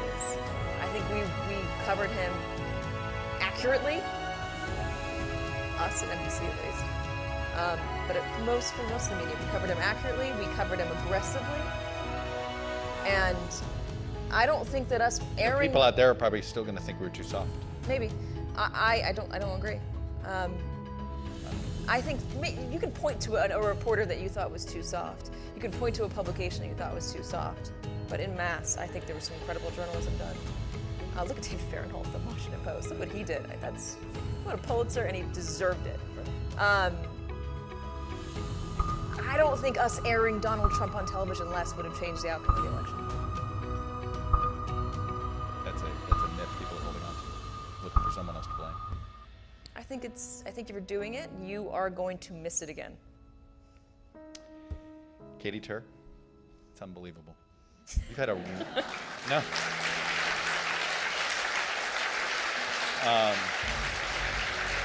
You've done NBC News proud. You've done the Trump press corps proud. You've done, and I'm so glad you did the shout out to all of our supposed competitors, because you're right. You know, at the end of the day, we're all fighting under the same banner of that First Amendment. And you know, if you're getting attacked today, they're going after, you know, our brothers and sisters at other networks tomorrow. And it's all an attempt to pit us against each other. And instead, you guys stay focused.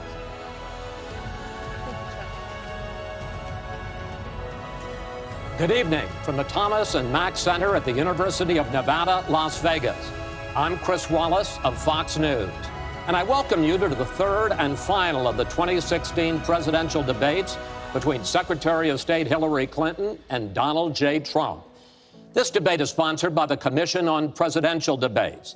The commission has designed the format, 6 roughly 15-minute segments with 2-minute answers to the first question, then open discussion for the rest of each segment. Both campaigns have agreed to those rules. For the record, I decided the topics and the questions in each topic. None of those questions has been shared with the commission or the two candidates. The audience here in the hall has promised to remain silent. No cheers, boos, or other interruptions so we and you can focus on what the candidates have to say. No noise except right now as we welcome the Democratic nominee for president, Secretary Clinton, and the Republican nominee for president, Mr. Trump.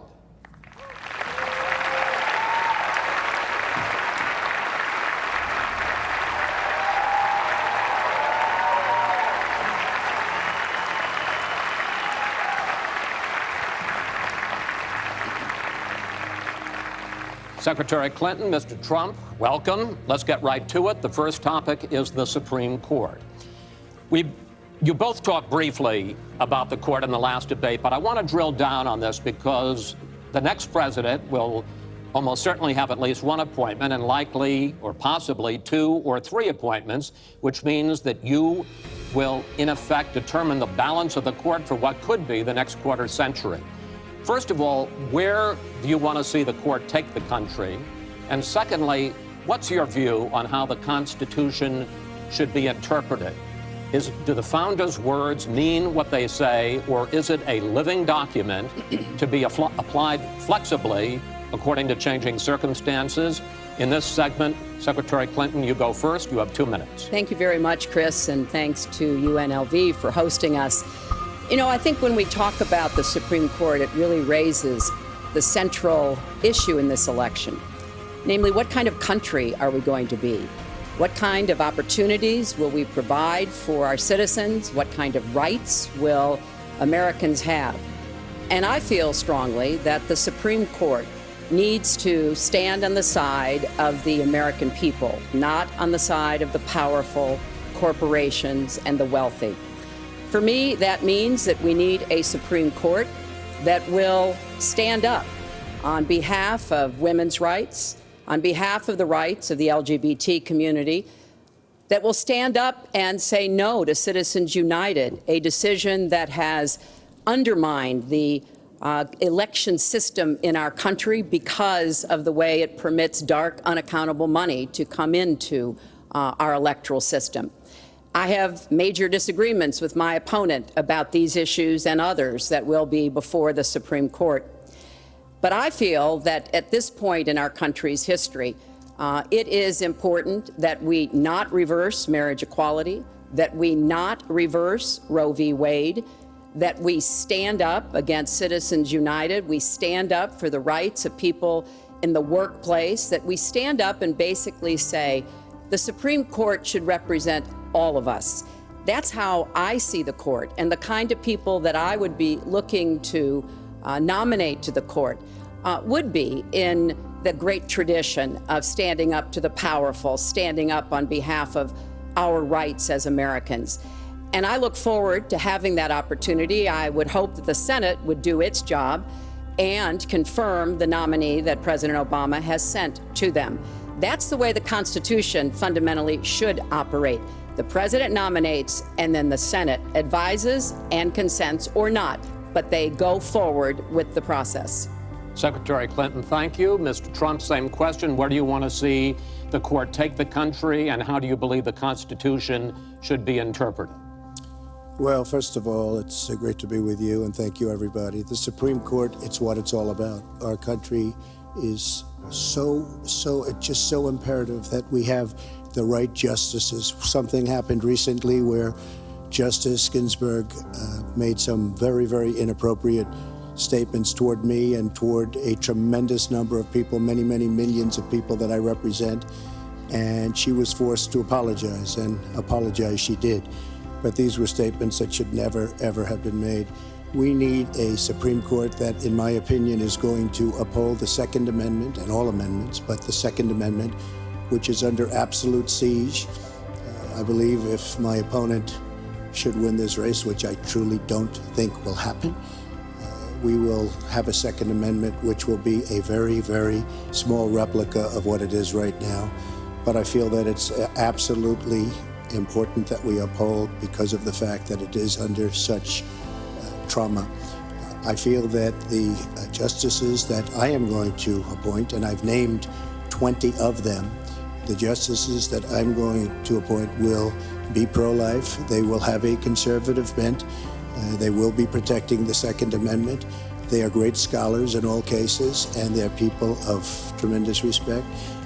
They will interpret the Constitution the way the founders wanted it interpreted, and I believe that's very, very important. I don't think we should have justices appointed that decide what they want to hear. It's all about the Constitution and so important, the Constitution the way it was meant to be. And those are the people that I will appoint. Mr. Trump, thank you. We now have about 10 minutes for an open discussion. I want to focus on two issues that, in fact, by the justices that you name, could end up changing the existing law of the land. First is one that you mentioned, Mr. Trump, and that is guns. Secretary Clinton, you said last year, and let me quote, "The Supreme Court is wrong on the Second Amendment." And now, in fact, in the 2008 Heller case, the court ruled that there is a constitutional right to bear arms, but a right that is reasonably limited. Those were the words of the judge, Antonin Scalia, who wrote the decision. What's wrong with that?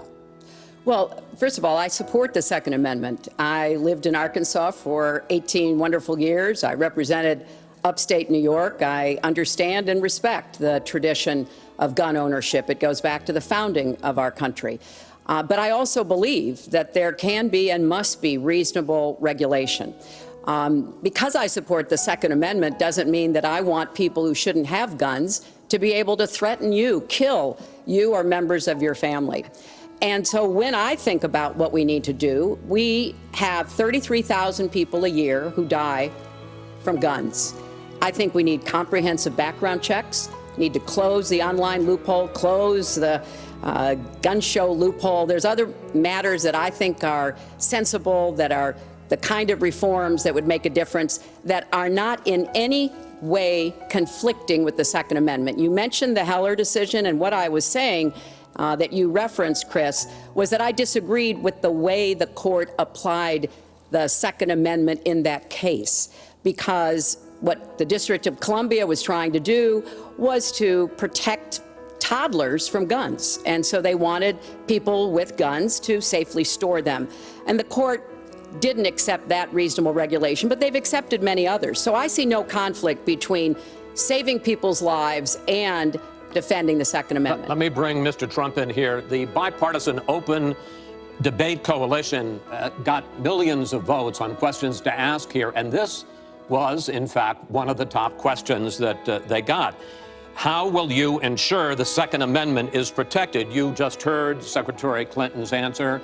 Does she persuade you that while you may disagree on regulation, that in fact she supports a Second Amendment right to bear arms? Well, the D.C. versus Heller decision was very strongly, and she was extremely angry about it. I watched, and she was very, very angry when upheld. And Justice Scalia was so involved, and it was a well-crafted decision.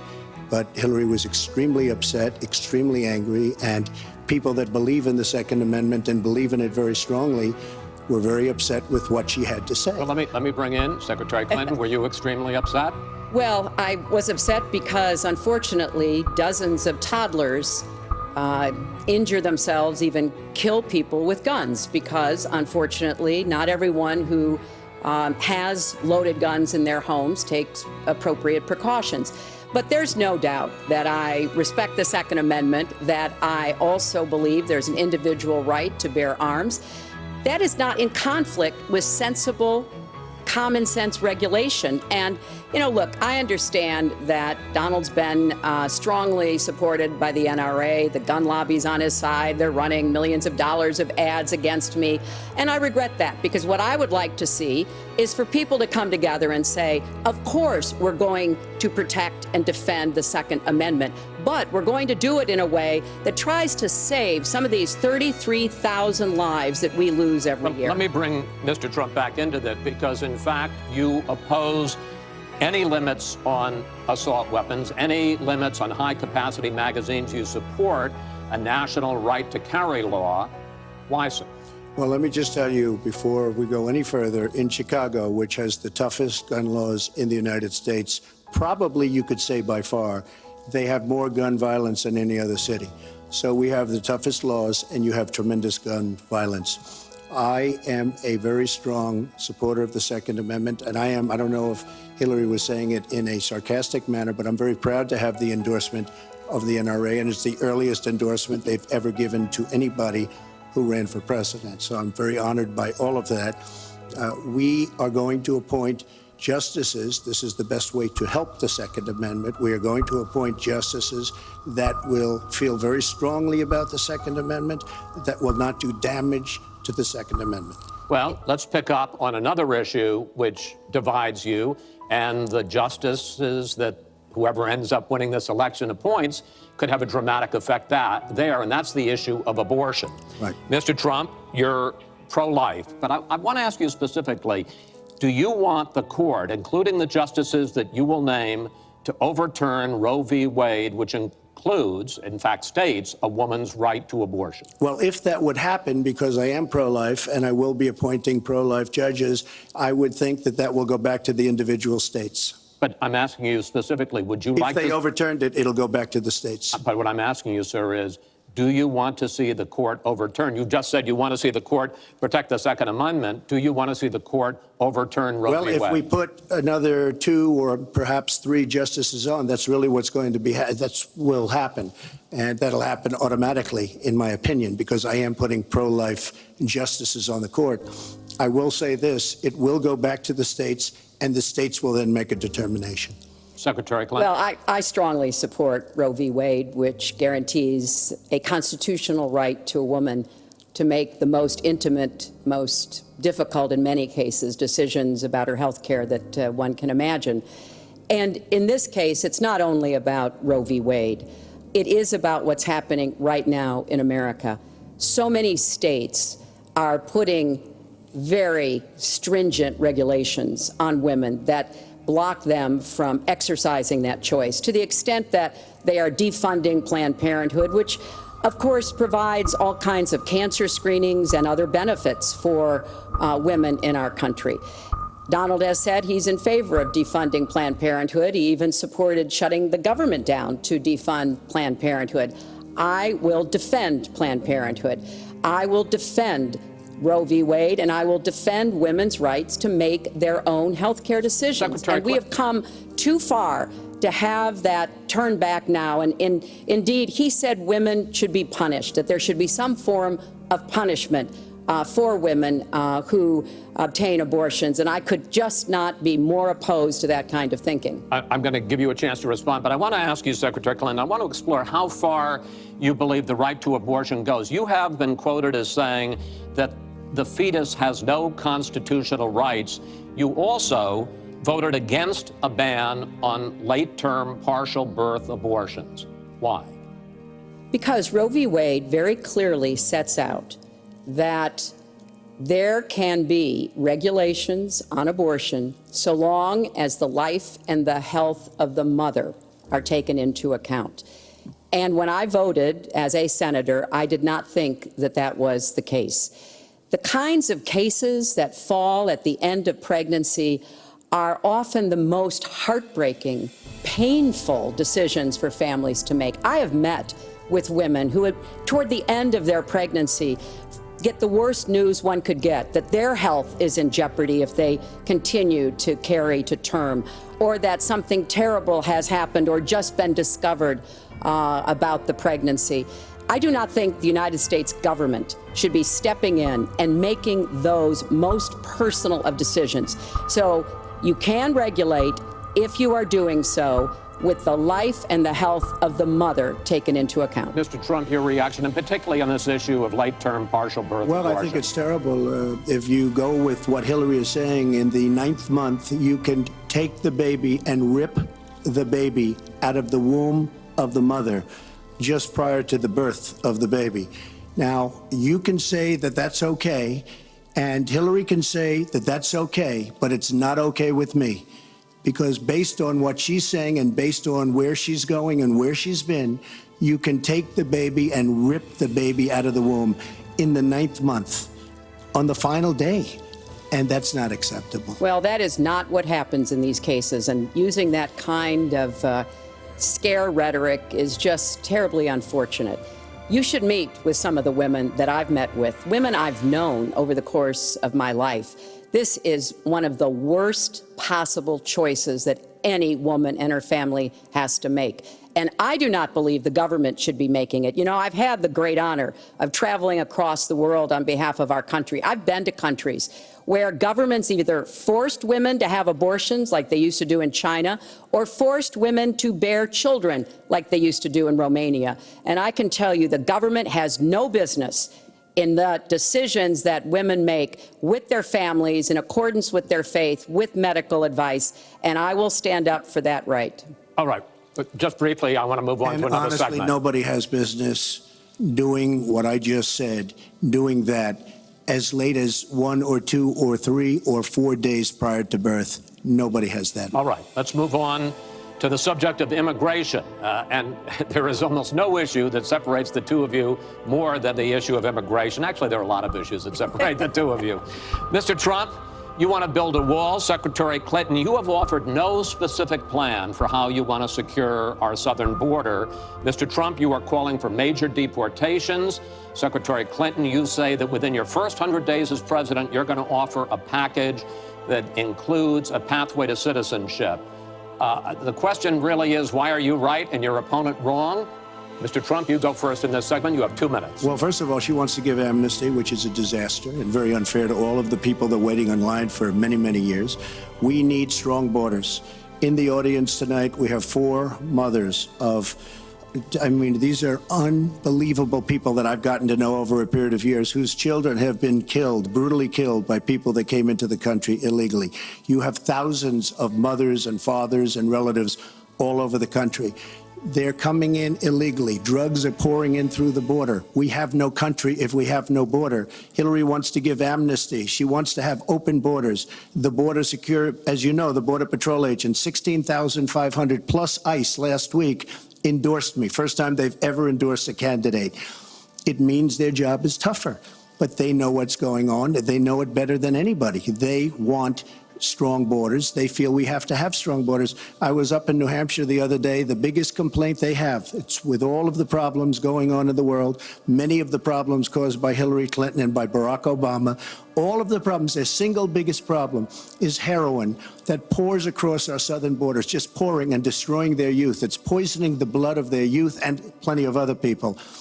We have to have strong borders. We have to keep the drugs out of our country. Right now, we're getting the drugs, they're getting the cash. We need strong borders. We need we cannot give amnesty. Now, I want to build the wall. We need the wall. The Border Patrol, ICE, they all want the wall. We stop the drugs. We shore up the border. One of my first acts will be to get all of the drug lords, all of the bad ones. We have some bad people in this country that have to go out. We're going to get them out. We're going to secure the border. And once the border is secured, at a later date, we'll make a determination as to the rest. But we have some bad hombres here, and we're going to get them out. Mr. Trump, thank you. Same question to you, Secretary Clinton. Basically, why are you right and Mr. Trump is wrong? Well, as he was talking, I was thinking about a young girl I met here in Las Vegas, Carla, who was very worried that her parents might be deported because she was born in this country, but they were not. They work hard. They do everything they can to give her a good life. And you're right. I don't want to rip families apart. I don't want to be sending parents away from children. I don't want to see the deportation force that Donald has talked about in action in our country. We have 11 million undocumented people. They have 4 million American citizen children, 15 million people. He said as recently as a few weeks ago in Phoenix that every undocumented person would be subject to deportation. Now, here's what that means. It means you would have to have a massive law enforcement presence where law enforcement officers would be going school to school, home to home, business to business, rounding up people who are undocumented. And we would then have to put them on trains, on buses to get them out of our country. I think that is an idea that is not in keeping with who we are as a nation. I think it's an idea that would rip our country apart. I have been for border security for years. I voted for border security in the United States Senate. And my comprehensive immigration reform plan, of course, includes border security. But I want to put our resources where I think they're most needed, getting rid of any violent person, anybody who should be deported, we should deport them. When it comes to the wall that Donald talks about building, he went to Mexico, he had a meeting with the Mexican president, didn't even raise it, he choked, and then got into a Twitter war because the Mexican president said, we're not paying for that wall. So I think we are both a nation of immigrants and we are a nation of laws, and that we can act accordingly. And that's why I'm introducing comprehensive immigration reform within the first 100 days with a path to citizenship. Thank you, Secretary Clinton. I want to follow up. I think I think I should respond to that. First of all, I had a very good meeting with the president of Mexico, very nice man. We will be doing very much better with Mexico on trade deals, believe me. The NAFTA deal signed by her husband's one of the worst deals ever made of any kind, signed by anybody. It's a disaster. Hillary Clinton wanted the wall. Hillary Clinton fought for the wall in 2006 or thereabouts. Now, she never gets anything done, so naturally the wall wasn't built. But Hillary Clinton wanted the wall. Well, we are a country of laws. And by the way, no, wait. I'd like to hear from. but I'd like to hear from Secretary Clinton. I voted for border security, and there are some limited places where that was appropriate. There also is necessarily going to be new technology and how best to deploy that. But it is clear when you look at what Donald has been proposing. He started his campaign bashing immigrants, calling Mexican immigrants rapists and criminals and drug dealers, that he has a very different view about what we should do to deal with immigrants. Now, what I am also arguing is that bringing undocumented immigrants out from the shadows, putting them into the formal economy will be good, because then employers can't exploit them and undercut Americans' wages. And Donald knows a lot about this. He used undocumented labor to build the Trump Tower. He underpaid undocumented workers, and when they complained, he basically said what a lot of employers do. You complain, I'll get you deported.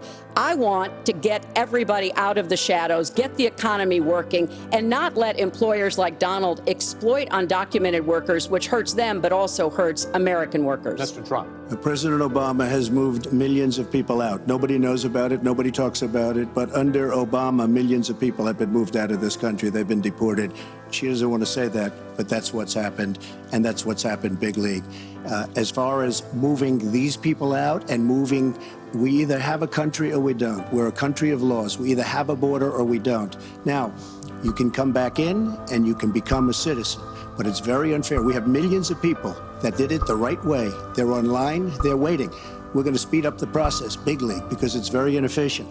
But they're online and they're waiting to become citizens. Very unfair that somebody runs across the border, becomes a citizen. Under her plan, you have open borders. You would have a disaster on trade, and you will have a disaster with your open borders. But what she doesn't say is that President Obama has deported millions and millions of people just the way Secretary it is. Clinton, I want to... We will not have open borders. Well, let me that is a rank mischaracterization. Secretary Clinton. We will have secure borders, but we will also have reform. And this used to be a bipartisan issue. Ronald Reagan was the last president to sign immigration reform, and George W. Bush supported it as well. Secretary Clinton, I want to clear up your position on this issue, because in a speech you gave to a Brazilian bank for which you were paid $225,000, we've learned from the WikiLeaks that you said this, and I want to quote, "My dream is a hemispheric common market with open trade and open borders." So that's the question. That's the question. Please quiet everybody. Is that your dream, open borders? Well, if you went on to read the rest of the sentence, I was talking about energy. You know, we trade more energy with our neighbors than we trade with the rest of the world combined. And I do want us to have an electric grid, an energy system that crosses borders. I think that will be a great benefit to us. But you are very clearly quoting from WikiLeaks, and what's really important about WikiLeaks is that the Russian government has engaged in espionage against Americans. They have hacked American websites, American accounts of private people, of institutions. Then they have given that information to WikiLeaks for the purpose of putting it on the internet. This has come from the highest levels of the Russian government, clearly from Putin himself, in an effort, as 17 of our intelligence agencies have confirmed, to influence our election. So I actually think the most important question of this evening, Chris, is finally, will Donald Trump admit and condemn that the Russians are doing this and make it clear that he will not have the help of Putin in this election, that he rejects Russian espionage against Americans, which he actually encouraged in the past. Those are the questions we need answered. We've never had anything like this happen in any of our elections before. That was a great pivot off the fact that she wants open borders, okay? How did we get onto Putin? Hold on. No. Wait. Hold on, folks, because this is going to end up getting out of control. Let's try to keep it quiet for the candidates and for the American people. So just to finish on the borders. Yes. She wants open borders. People are going to pour into our country. People are going to come in from Syria. She wants 550% more people than Barack Obama. And he has thousands and thousands of people. They have no idea where they come from. And you see, we are going to stop radical Islamic terrorism in this country. She won't even mention the words, and neither will President Obama. So I just want to tell you, she wants open borders. Now we can talk about Putin. I don't know Putin. He said nice things about me. If we got along well, that would be good. If Russia and the United States got along well and went after ISIS, that would be good. He has no respect for her. He has no respect for our president. And I'll tell you what, we're in very serious trouble because we have a country with tremendous numbers of nuclear warheads, 1,800, by the way, where they expanded and we didn't. 1,800 nuclear warheads. And she's playing chicken. Look, Putin, from everything I see, has no respect for this person.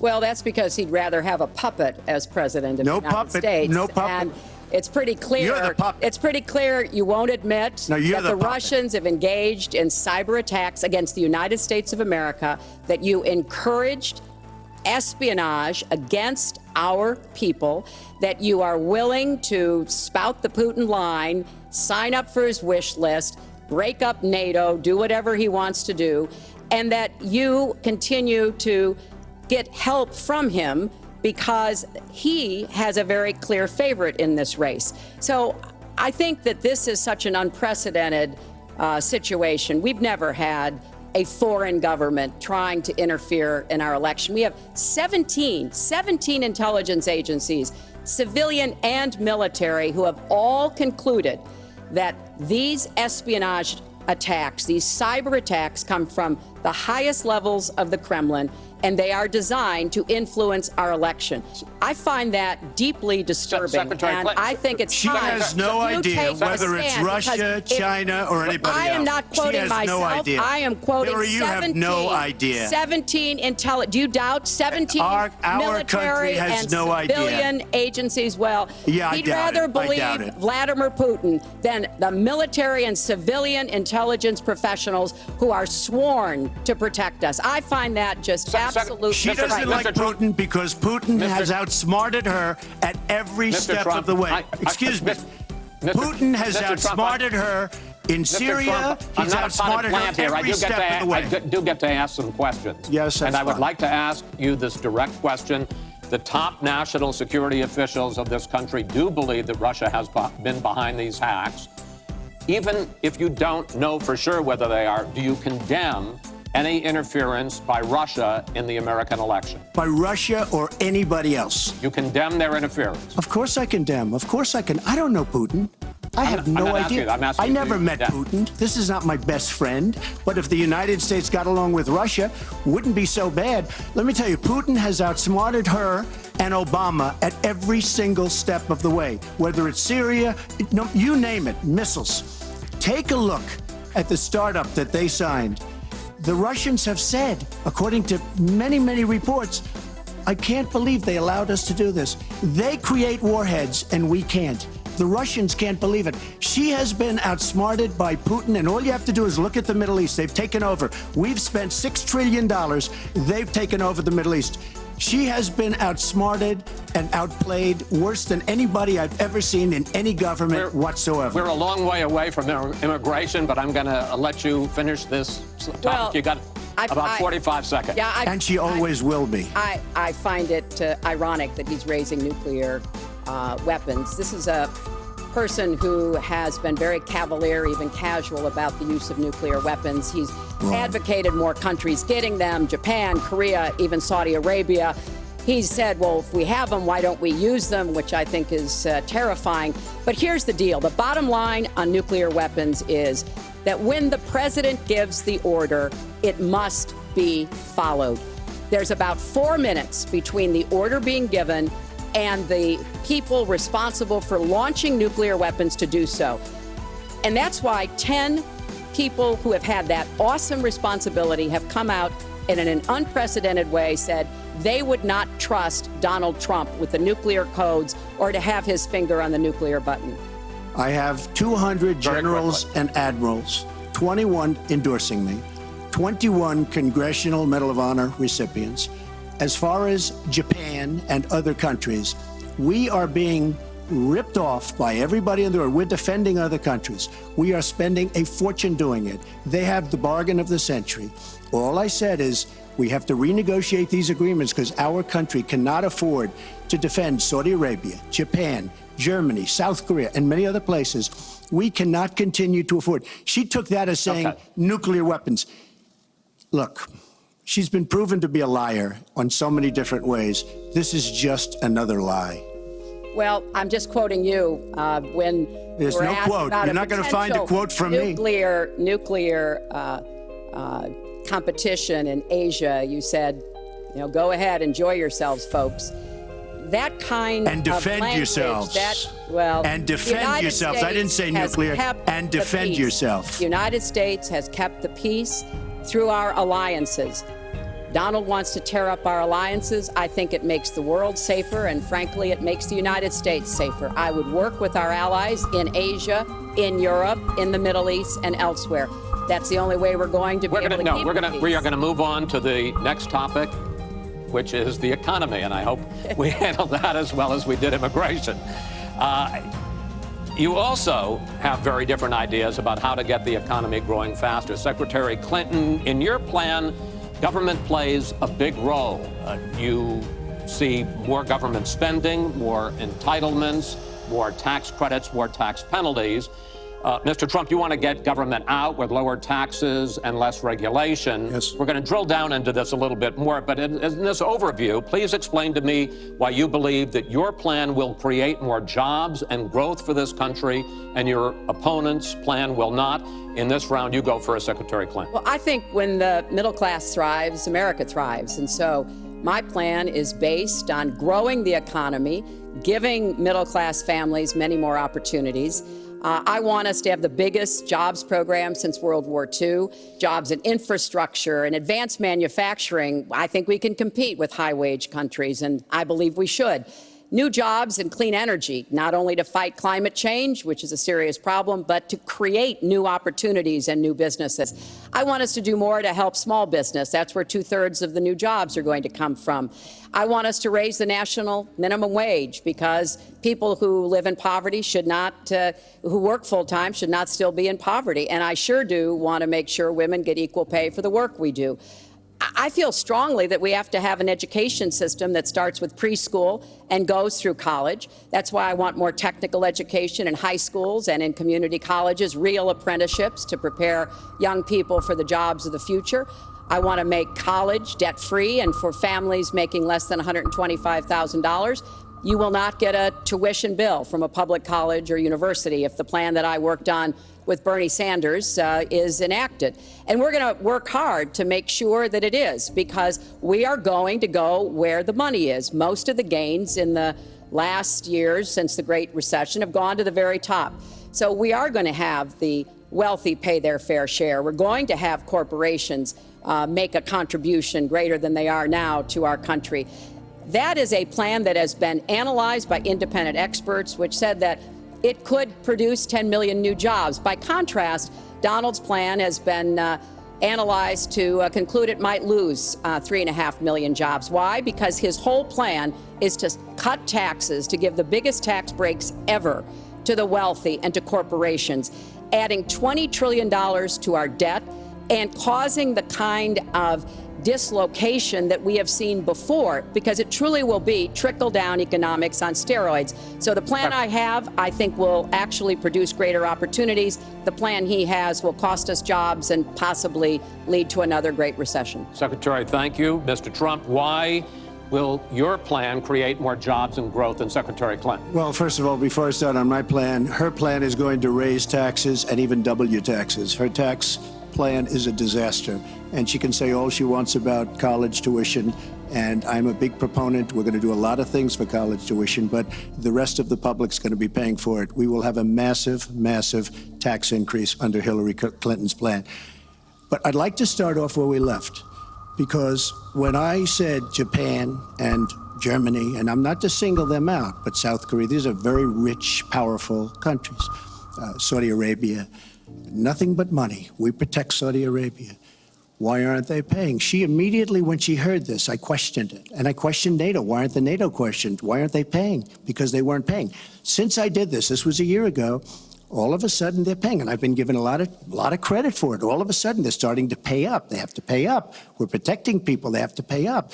And I'm a big fan of NATO, but they have to pay up. She comes out and said, we love our allies. We think our allies are great. Well, it's awfully hard to get them to pay up when you have somebody saying, we think how great they are. We have to tell Japan in a very nice way. We have to tell Germany, all of these countries, South Korea. We have to say, you have to help us out. We have, during his regime, during President Obama's regime, we've doubled our national debt. We're up to $20 trillion. So my plan, we're going to renegotiate trade deals. We're going to have a lot of free trade. We're going to have free trade, more free trade than we have right now. But we have horrible deals. Our jobs are being taken out by the deal that her husband signed, NAFTA, one of the worst deals ever. Our jobs are being sucked out of our economy. You look at all of the places that I just left. You go to Pennsylvania, you go to Ohio, you go to Florida, you go to any of them. You go upstate New York. Our jobs have fled to Mexico and other places. We're bringing our jobs back. I am going to renegotiate NAFTA. And if I can't make a great deal, then we're going to terminate NAFTA and we're going to create new deals. We're going to have trade, but we're going to terminate it. We're going to make a great trade deal. And if we can't, we're going to do it. We're going to go a separate way, because it has been a disaster. We are going to cut taxes massively. We're going to cut business taxes massively. They're going to start hiring people. We're going to bring the $2.5 trillion that's offshore back into the country. We are going to start the engine rolling again, because right now our country is dying at 1% GDP. Well, let me translate that if I can, Chris, because you can't. The fact is he's going to advocate for the largest tax cuts we've ever seen, 3 times more than the tax cuts under the Bush administration. I have said repeatedly throughout this campaign, I will not raise taxes on anyone making $250,000 or less. I also will not add a penny to the debt. I have costed out what I'm going to do. He will, through his massive tax cuts, add $20 trillion to the debt. Well, he mentioned the debt. We know how to get control of the debt. When my husband was president, we went from a $300 billion deficit to a $200 billion surplus, and we were actually on the path to eliminating the national debt. When President Obama came into office, he inherited the worst economic disaster since the Great Depression. He has cut the deficit by 2/3. So, yes, one of the ways you go after the debt, one of the ways you create jobs is by investing in people.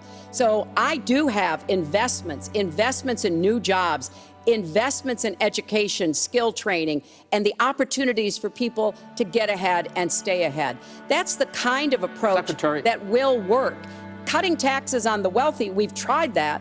It has not worked the way that it has been promised. Secretary Clinton, I want to pursue your plan because in many ways it is similar to the Obama stimulus plan in 2009, which has led to the slowest GDP growth since 1949. Correct.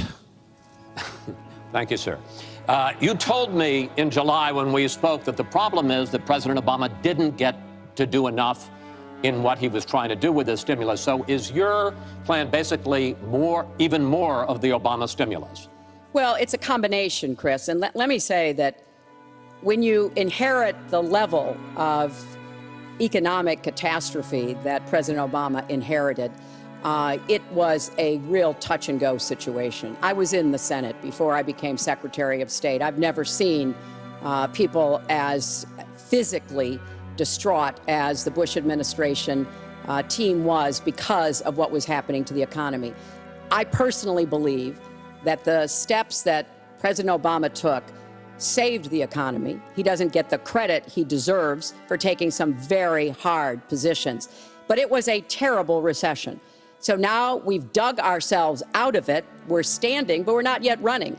So what I am proposing is that we invest from the middle out and the ground up, not the top down. That is not going to work. That's why what I have put forward doesn't add a penny to the debt, but it is the kind of approach that will enable more people to take those new jobs, higher paying jobs. We're beginning to see some increase in incomes, and we certainly have had a long string of increasing jobs. We've got to do more to get the whole economy moving, and that's what I believe I will be able to do. Mr. Trump, even conservative economists who have looked at your plan say that the numbers don't add up, that your idea, and you've talked about 25 million jobs created, 4% over a 10-year period growth, is unrealistic. And they say, you talk a lot about growing the energy industry, they say with oil prices as low as they are right now, that's unrealistic as well. Your response? So I just left some high representatives of India.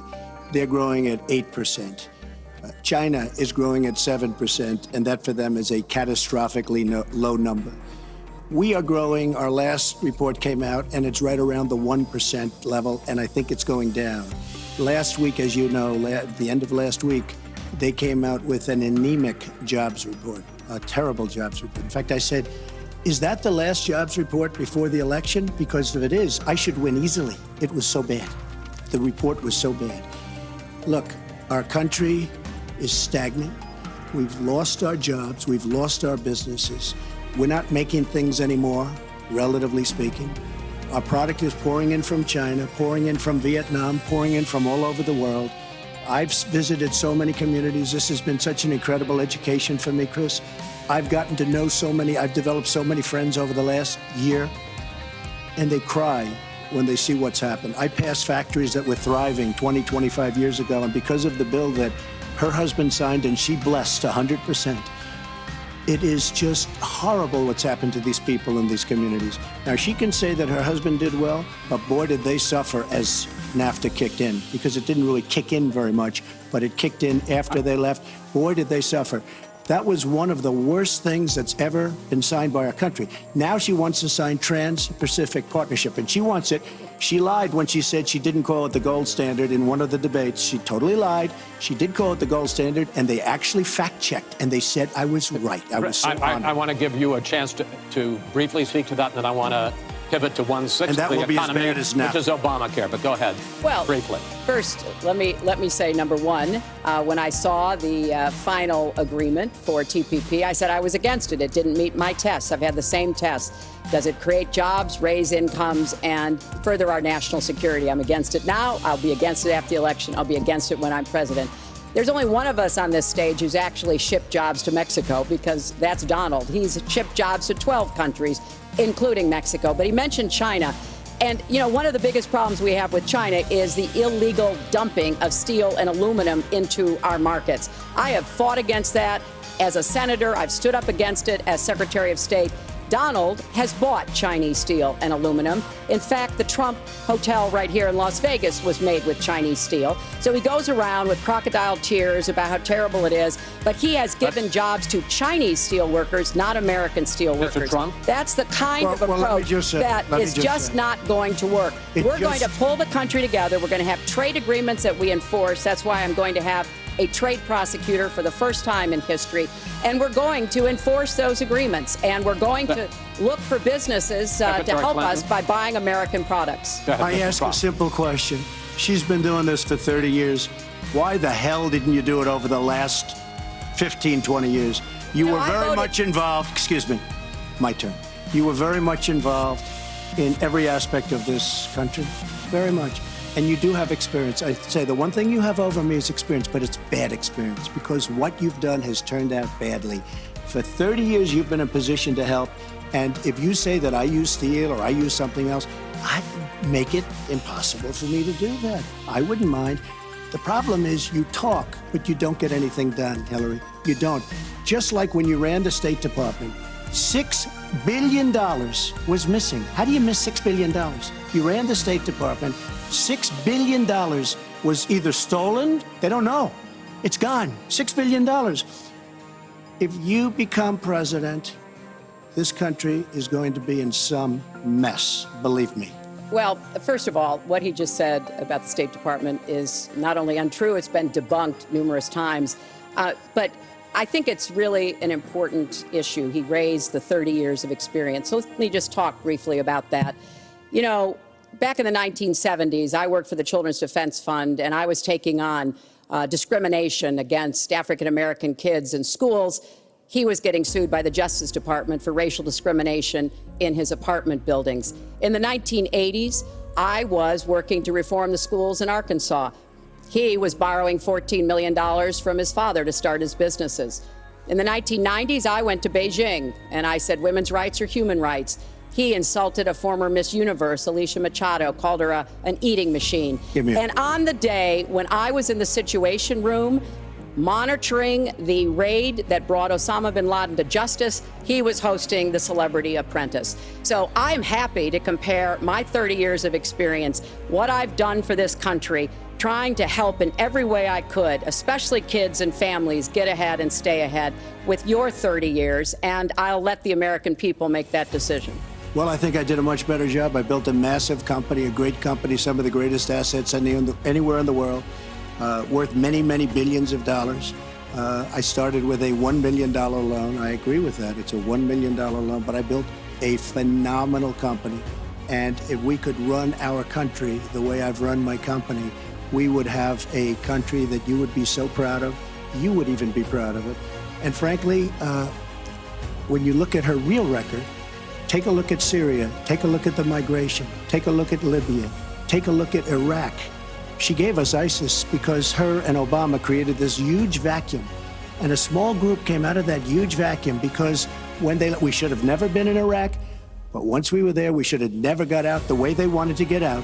She gave us ISIS as sure as you are sitting there. And what happened is now ISIS is in 32 countries. And now I listen how she's going to get rid of ISIS. She's going to get rid of nobody. All right, we are going to get to foreign hotspots in a few moments, but the next segment is fitness to be president of the United States. Mr. Trump, at the last debate, you said your talk about grabbing women was just that, talk, and that you'd never actually done it. And since then, as we all know, 9 women have come forward and said that you either groped them or kissed them without their consent. Why would so many different women from so many different circumstances over so many different years, why would they all in this last couple of weeks make up, you deny this, why would they all make up these stories? And since this is a question for both of you, Secretary Clinton, Mr. Trump says what your husband did and that you defended was even worse. Mr. Trump, you go first. Well, first of all, those stories have been largely debunked. Those people, I don't know those people. I have a feeling how they came. I believe it was her campaign that did it. Just like if you look at what came out today on the clips, where I was wondering what happened with my rally in Chicago and other rallies where we had such violence. She's the one in Obama that caused the violence. They hired people, they paid them $1,500, and they're on tape saying, be violent, cause fights, do bad things. I would say the only way, because those stories are all totally false. I have to say that. And I didn't even apologize to my wife, who's sitting right here, because I didn't do anything. I didn't know any of these women. I didn't see these women. These women, the woman on the plane, the woman, I think they want either fame or her campaign did it. And I think it's her campaign, because when I saw what they did, which is a criminal act, by the way, where they're telling people to go out and start fistfights and start violence. And I'll tell you what, in particular in Chicago. People were hurt and people could have been killed in that riot. And that was now all on tape, started by her. I believe, Chris, that she got these people to step forward. If it wasn't, they get their 10 minutes of fame. But they were all it was all fiction. It was lies and it was fiction. Well, Secretary Clinton. At the last debate, we heard Donald talking about what he did to women. And after that, a number of women have come forward saying that's exactly what he did to them. Now, what was his response? Well, he held a number of big rallies where he said that he could not possibly have done those things to those women because they were not attractive enough for I did not them say to be that. assaulted. I did not say that. In fact, he went on to say... Her 2 minutes, sir, her 2 minutes. But did not say that. It's her 2 minutes. He went on to say, look at her. I don't think so. About another woman, he said, that wouldn't be my first choice. He attacked the woman reporter writing the story, called her disgusting, as he has called a number of women during this campaign. You know, Donald thinks belittling women makes him bigger. He goes after their dignity, their self-worth, and I don't think there is a woman anywhere who doesn't know what that feels like. So we now know what Donald thinks and what he says and how he acts toward women. That's who Donald is. I think it's really up to all of us to demonstrate who we are and who our country is, and to stand up and be very clear about what we expect from our next president, how we want to bring our country together, where we don't want to have the kind of pitting of people one against the other, where instead we celebrate our diversity, we lift people up, and we make our country even greater. America is great because America is good. And it really is up to all of us to make that true now and in the future, and particularly for our children and our grandchildren. Mr. Trump. Nobody has more respect for women than I do. Nobody. Nobody has more respect. Please, everybody. And frankly, those stories have been largely debunked. And I really want to just talk about something slightly different. She mentions this, which is all fiction, all fictionalized, probably or possibly started by her and her very sleazy campaign. But I will tell you, what isn't fictionalized are her emails, where she destroyed 33,000 emails criminally, after getting a subpoena from the United States Congress. What happened to the FBI? I don't know. We have a great general, 4-star general, today, you read it in all the papers, going to potentially serve 5 years in jail for lying to the FBI. One lie. She's lied hundreds of times to the people, to Congress, and to the FBI. He's going to probably go to jail. This is a 4-star general, and she gets away with it, and she can run for the presidency of the United States. That's really what you should be talking about, not fiction, where somebody wants fame or where they come out of her crooked campaign. Secretary Clinton. Well, every time Donald is pushed on something which is obviously uncomfortable, like what these women are saying, he immediately goes to denying responsibility. And it's not just about women. He never apologizes or says he's sorry for anything. So we know what he has said and what he's done to women. But he also went after a disabled reporter, mocked and mimicked him on national television. He went after Mr. and Mrs. Khan, the parents of a young man who died serving our country, a Gold Star family because of their religion. He went after John McCain, a prisoner of war, said he prefers people who aren't captured. He went after a federal judge, born in Indiana, but who Donald said couldn't be trusted to try the fraud and racketeering case against Trump University because his parents were Mexican. So it's not one thing. This is a pattern. a pattern of divisiveness, of a very dark and in many ways dangerous vision of our country, where he incites violence, where he applauds people who are pushing and pulling and punching at his rallies. That is not who America is. And I hope that as we move in the last weeks of this campaign, more and more people will understand what's at stake in this election. It really does come down to what kind of country we are going to have. So sad when she talks about violence at my rallies, and she caused the violence. It's on tape. During The other things are false, but honestly, I'd love to talk about getting rid of ISIS, and I'd love to talk about other things. Okay. But those other charges, as she knows, are false. In this bucket about fitness to be president, there's been a lot of developments over the last 10 days since the last debate.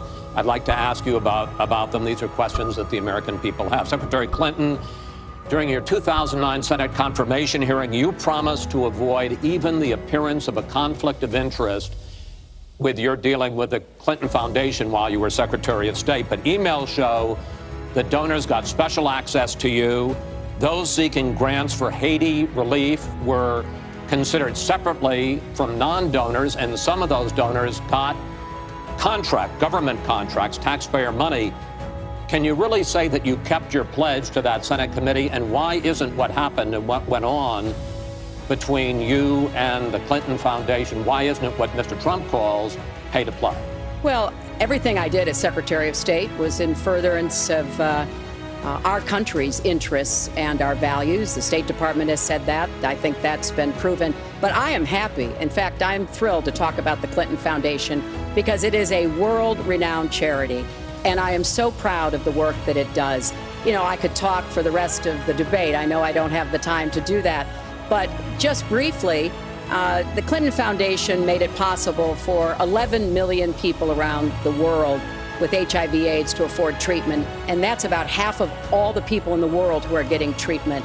In partnership with the American Health Association, we have made environments in schools healthier for kids, Secretary including Clinton, healthier respectfully, this is an open discussion. Well, it is an open discussion. I understand, and the specific question went to pay for play. Do you want to talk about that? But there is no evidence. But there is a lot of evidence about the very good work and it's a criminal enterprise, and so many people know it. It's a criminal enterprise. Saudi Arabia giving $25 million, Qatar, all of these countries. You talk about women and women's rights. So these are people that push gays off buildings. These are people that kill women and treat women horribly, and yet you take their money. So I'd like to ask you right now, why don't you give back the money that you've taken from certain countries that treat certain groups of people so horribly? Why don't you give back the money? I think it would be a great gesture, because she takes a tremendous amount of money, and you take a look at the people of Haiti. I was at a little Haiti the other day in Florida, and I want to tell you, they hate the Clintons, because what's happened in Haiti with the Clinton Foundation is a disgrace. And you know it, and they know it, and everybody knows Secretary it. Well, Clinton. very quickly, we at the Clinton Foundation spend 90% of all the money that is donated on behalf of programs of people around the world and in our own country. I'm very proud of that. We have the highest rating from the watchdogs that follow foundations. And I'd be happy to compare what we do with the Trump Foundation, which took money from other people and bought a 6-foot portrait of Donald. I mean, who does that? It just was astonishing. But when it comes to Haiti, Haiti is the poorest country in our hemisphere. The earthquake and the hurricanes, it has devastated Haiti. Bill and I have been involved in trying to help Haiti for many years. The Clinton Foundation raised $30 million to help Haiti after the catastrophic earthquake and all of the terrible problems the people there had. We've done things to help small businesses, agriculture, and so much else. And we're going to keep working to help Haiti because it's an important part of the American They don't want you to help them anymore. I'd like to mention one thing. Trump Foundation, small foundation. People contribute, I contribute. The money goes 100% goes to different charities, including a lot of military. I don't get anything. I don't buy boats. I don't buy planes. What happens is the money goes out. Wasn't some of the money used to settle your lawsuit, sir? No, it was, we put up the American flag, and That's it. They put up the American flag. We fought for the right in Palm Beach to put up the American flag. There was a penalty that was imposed by Palm Beach County, and the money came from your foundation. And by the way, the money, instead of Mar-a-Lago went to Fisher House, where they build houses. The money that you're talking about went to Fisher House, where they build houses for veterans and disabled. I want to get into one But last... of course, there's no way we can know whether any of that is true because he hasn't released his tax returns. He is the first candidate ever to run for president in the last 40 plus years who has not released his tax returns. So everything he says about charity or anything else, we can't prove it. You can look at our tax returns. We've got them all out there. But what is really troubling is that we learned in the last debate he has not paid a penny in federal income tax. And we were talking about immigrants a few minutes ago, Chris. You know, half of all immigrants, undocumented immigrants in our country, actually pay federal income tax. So we have undocumented immigrants in America who are paying more federal income tax than a billionaire. I find that let me just tell you very astonishing. Simply, we're entitled, because of the laws that people like her pass, to take massive amounts of depreciation and other charges, and we do it. And all of her donors, just about all of them, I know Buffett took hundreds of millions of dollars, George Soros, took hundreds of millions of dollars. Let me just explain. All of her donors, most of her donors have done the same thing as I did. Okay. And you know what you should have done? Folks, we heard and this. You know, Hillary, what you should have done? You should have changed the law when you were a United States Senator. If you don't like we heard this. Yeah. Because your donors and your special interests are doing the same thing as I do, except even more so. Well, you should have changed the law, but you won't change the law because you take in so much money. I mean, I sat in my apartment today on a very beautiful hotel down the street, known as Made with Chinese steel. But I will tell you, I sat there watching ad after ad after ad, false ad, all paid for by your friends on Wall Street that gave so much money because they know you're going to protect them. And frankly, you should have changed the laws. Trump, if you don't like what I did, you should have changed the laws. Mr. Trump, I want to ask you about one last question in this topic. You have been warning at rallies recently that this election is rigged and that Hillary Clinton is in the process of trying to steal it from you. Your running mate, Governor Pence, pledged on Sunday that he and you, his words, will absolutely accept the result of this election. Today, your daughter Ivanka said the same thing. I want to ask you here on the stage tonight, do you make the same commitment that you will absolutely, sir, that you will absolutely accept the result of this election? I will look at it at the time. I'm not looking at anything now. I'll look at it at the time. What I've seen is so bad. First of all, the media is so dishonest and so corrupt, and the pile-on is so amazing. The New York Times actually wrote an article about it that they don't even care. It's so dishonest, and they've poisoned the minds of the voters. But unfortunately for them, I think the voters are seeing through it. I think they're going to see through it. We'll find out on November 8th, but I think they're going to see through it. But, sir, there's if you look, excuse me, Chris, if you look at your voter rolls, you will see millions of people that are registered to vote. Millions. This isn't coming from me. This is coming from Pew Report and other places. Millions of people that are registered to vote that shouldn't be registered to vote. So let me just give you one other thing. So I talk about the corrupt media. I talk about the millions of people. Tell you one other thing. She shouldn't be allowed to run. She's guilty of a very, very serious crime. She should not be allowed to run. And just in that respect, I say it's rigged because she should never have been allowed to run for the presidency based on what she did with emails and so many other things. But, sir, there is a tradition in this country. In fact, one of the prides of this country is the peaceful transition of power, and that no matter how hard fought a campaign is, that at the end of the campaign, that the loser concedes to the winner. Not saying that you're necessarily going to be the loser or the winner, but that the loser concedes to the winner and that the country comes together in part for the good of the country. Are you saying you're not prepared now to commit to that principle? What I'm saying is that I will tell you at the time. I'll keep you in suspense. Well, okay? Chris, let me respond to that because that's horrifying. You know, every time Donald thinks things are not going in his direction, he claims whatever it is rigged against him. The FBI conducted a year-long investigation into my emails. They concluded there was no case. He said the FBI was rigged. He lost the Iowa caucus. He lost the Wisconsin primary. He said the Republican primary was rigged against him. Then Trump University gets sued for fraud and racketeering. He claims the court system and the federal judge is rigged against him. There was even a time when he didn't get an Emmy for his TV program 3 years in a row, and he started tweeting that the Emmys were rigged against him. Should have gotten it. This is a mindset. This is how Donald thinks. And it's funny, but it's also really troubling. Okay. No, that is not the way our democracy works. We've been around for 240 years. We've had free and fair elections. We've accepted the outcomes when we may not have liked them. And that is what must be expected of anyone standing on a debate stage during a general election. You know, President Obama said the other day, when you're whining before the game is even finished, it just shows you're not up to doing the job. And let's be clear about what he is saying and what that means. He is denigrating, he's talking down our democracy. And I, for one, am appalled that somebody who is the nominee of one of our two major parties would take that kind of position. I think what the FBI did and what the Department of Justice did, including meeting with her husband, the Attorney General, in the back of an airplane on the tarmac in Arizona, I think it's disgraceful. I think it's a disgrace. All right. I think we've never had a situation so bad. Hold on, folks. This doesn't do any good for anyone. Let's please continue the debate, and let's move on to the subject of foreign hotspots. The Iraqi offensive to take back Mosul has begun. If they are successful in pushing ISIS out of that city and out of all of Iraq, the question then becomes, what happens the day after? And that's something that whoever of you ends up as president is going to have to confront.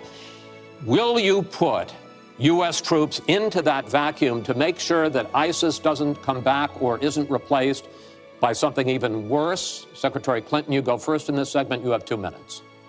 Well, I am encouraged that there is an effort led by the Iraqi army, supported by Kurdish forces, and also given the help and advice from the number of special forces and other Americans on the ground. But I will not support putting American soldiers into Iraq as an occupying force. I don't think that is in our interests, and I don't think that would be smart to do. In fact, Chris, I think that would be a big red flag waving for ISIS to reconstitute itself.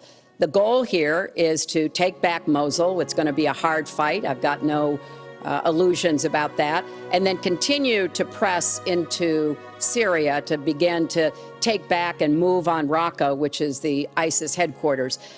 I am hopeful that the hard work that American military advisors have done will pay off, and that we will see a really successful military operation.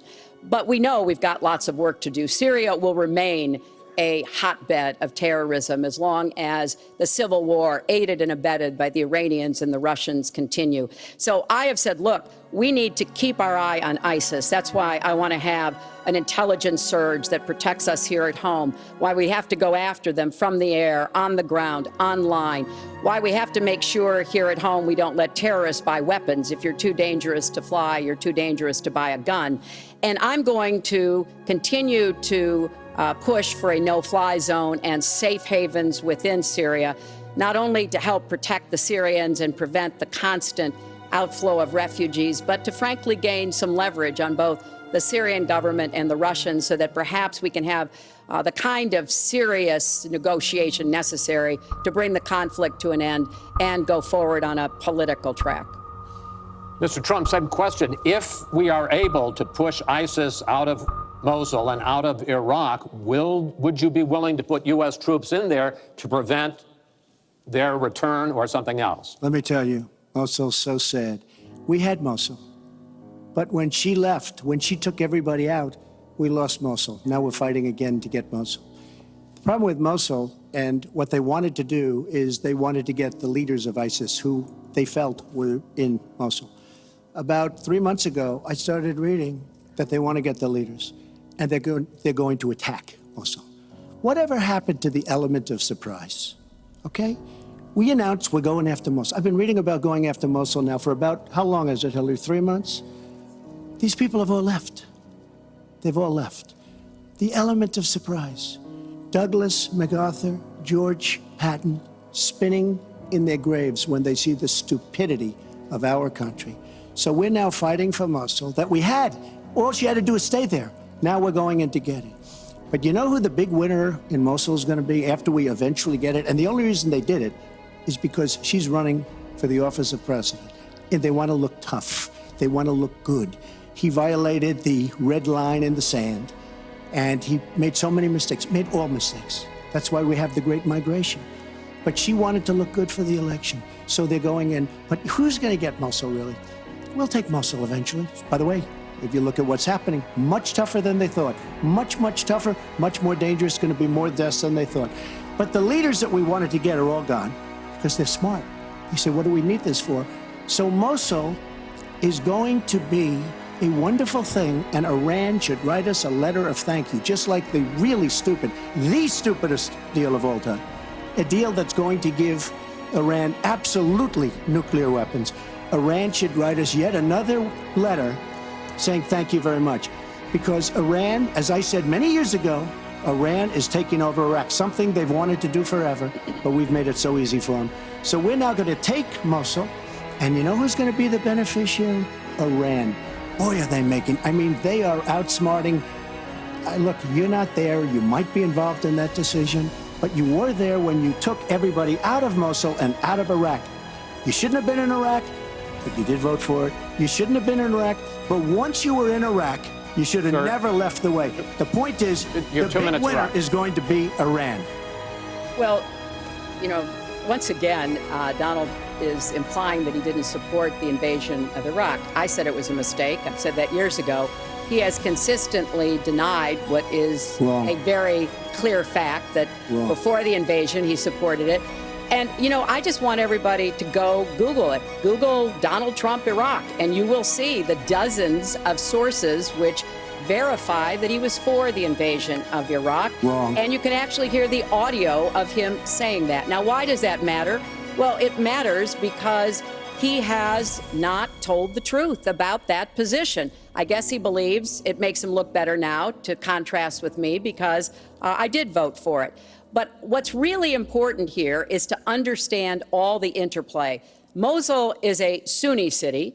Mosul is on the border of Syria. And yes, we do need to go after Baghdadi, and just like we went after bin Laden while you were doing Celebrity Apprentice, and we brought him to justice. We need to go after the leadership, but we need to get rid of them, get rid of their fighters. They're estimated several thousand fighters in Mosul. They've been digging underground. They've been prepared to defend. It's going to be tough fighting, but I think we can take back Mosul, and then we can move on into Syria and take back Raqqa. This is what we have to do.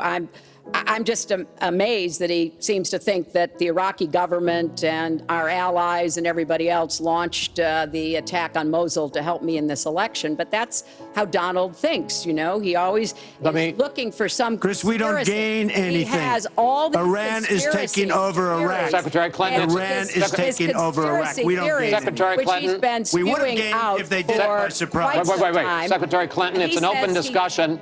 He says we would have gained if they did it by surprise. Please let Mr. Trump speak. He's unfit, and he proves it every time you he are talks. the one that's unfit. You know, WikiLeaks just actually came out. John Podesta said some horrible things about you, and boy, was he right. He said some beauties. And you know, Bernie Sanders, he said you have bad judgment. You do. And if you think that going into Mosul, after we let the world know we're going in, and all of the people that we really wanted, the leaders, they're all gone. If you think that was good, then you do. Now, John Podesta said you have terrible instincts. Bernie Sanders said you have bad judgment. I agree with both. Well, you should ask Bernie Sanders who he's supporting for president, and he has said, which is as a big he has mistake. Campaigned for me around the country, you are the most dangerous person to run for president in the modern history of America. I think he's right. Let's turn to Aleppo. Mr. Trump, in the last debate, you were both asked about the situation in the Syrian city of Aleppo, and I want to follow up on that because you said several things in that debate which were not true, sir. You said that Aleppo has basically fallen. In fact, there are. It's a catastrophe. It is a catastrophe, but there are a quarter. Have you seen it? Have you seen it? Sir, have you seen what's happened to Aleppo? If I might finish my question. Okay, so it hasn't fallen. Take a look at it. Well, there are 250,000 people still living there and being slaughtered. That's right. You also and they are being slaughtered because of bad decisions. If I may just finish here. And you also said that that Syria and Russia are busy fighting ISIS. In fact, they have been the ones who've been bombing and shelling eastern Aleppo. And they just announced a humanitarian pause, in effect, admitting that they have been bombing and shelling Aleppo. Would you like to clear that up, sir? Well, Aleppo is a disaster. It's a humanitarian nightmare, but it has fallen from any standpoint. I mean, what do you need, a signed document? Take a look at Aleppo. It is so sad when you see what's happened. And a lot of this is because of Hillary Clinton, because what's happened is by fighting Assad, who turned out to be a lot tougher than she thought, and now she's going to say, oh, he loves Assad. He's just much tougher and much smarter than her and Obama. And everyone thought he was gone 2 years ago, 3 years ago. He aligned with Russia. He now also aligned with Iran, who we made very powerful. We gave them $150 billion back. We give them $1.7 billion in cash. I mean cash, bundles of cash as big as this stage. We gave them $1.7 billion. Now, they have aligned. He has aligned with Russia and with Iran. They don't want ISIS, but they have other things because we're backing rebels. We don't know who the rebels are. We're giving them lots of money, lots of everything. We don't know who the rebels are. And when and if, and it's not going to happen because you have Russia and you have Iran now, but if they ever did overthrow Assad, you might end up with as bad as Assad is, and he's a bad guy. But you may very well end up with worse than Assad. If she did nothing, we'd be in much better shape.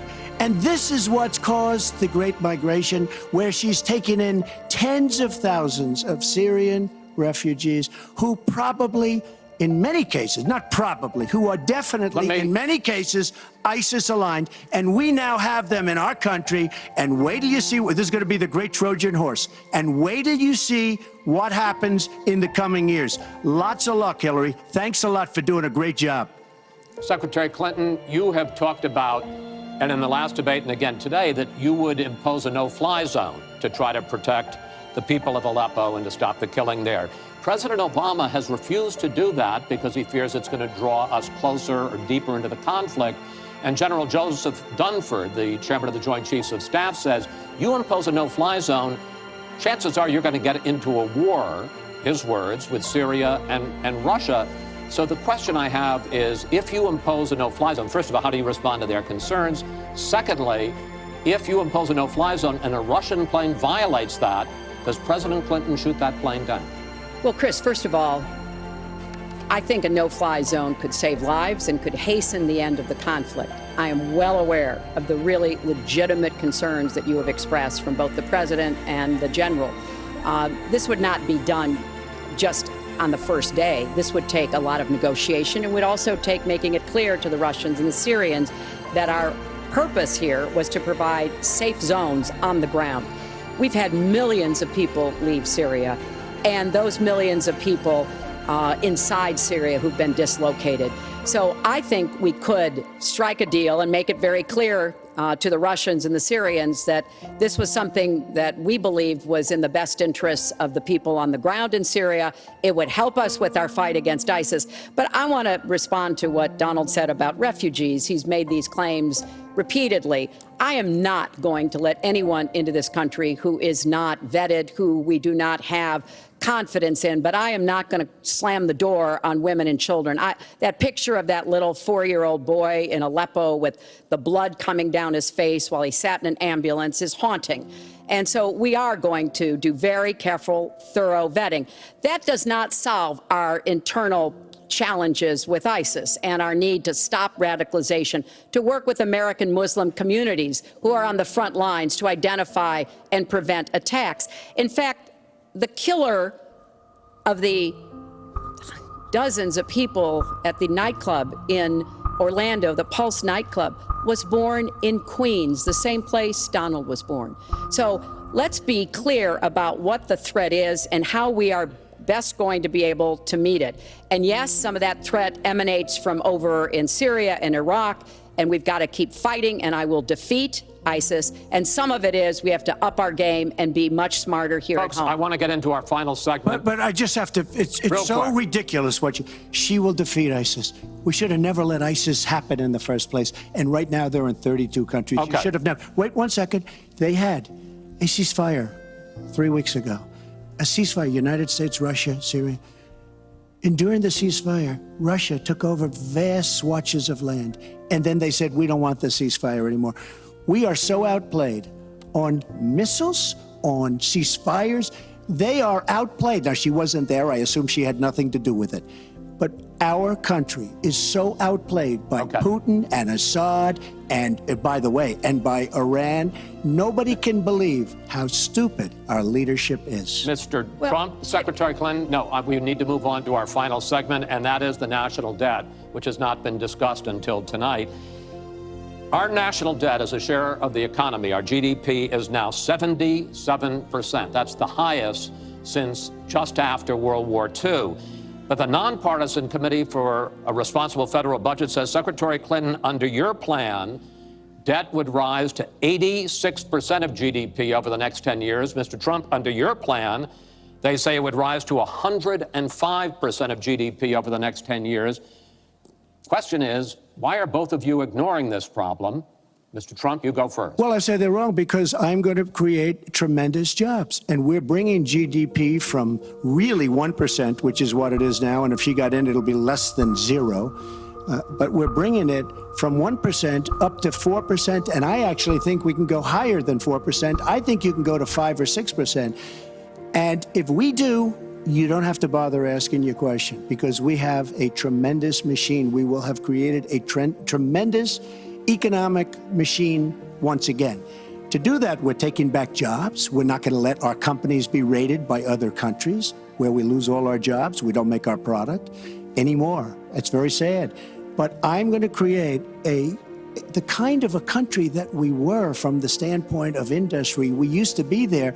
We've given it up. We've become very, very sloppy. We've had people that are political hacks making the biggest deals in the world, bigger than companies. You take these big companies, these trade deals are far bigger than these companies.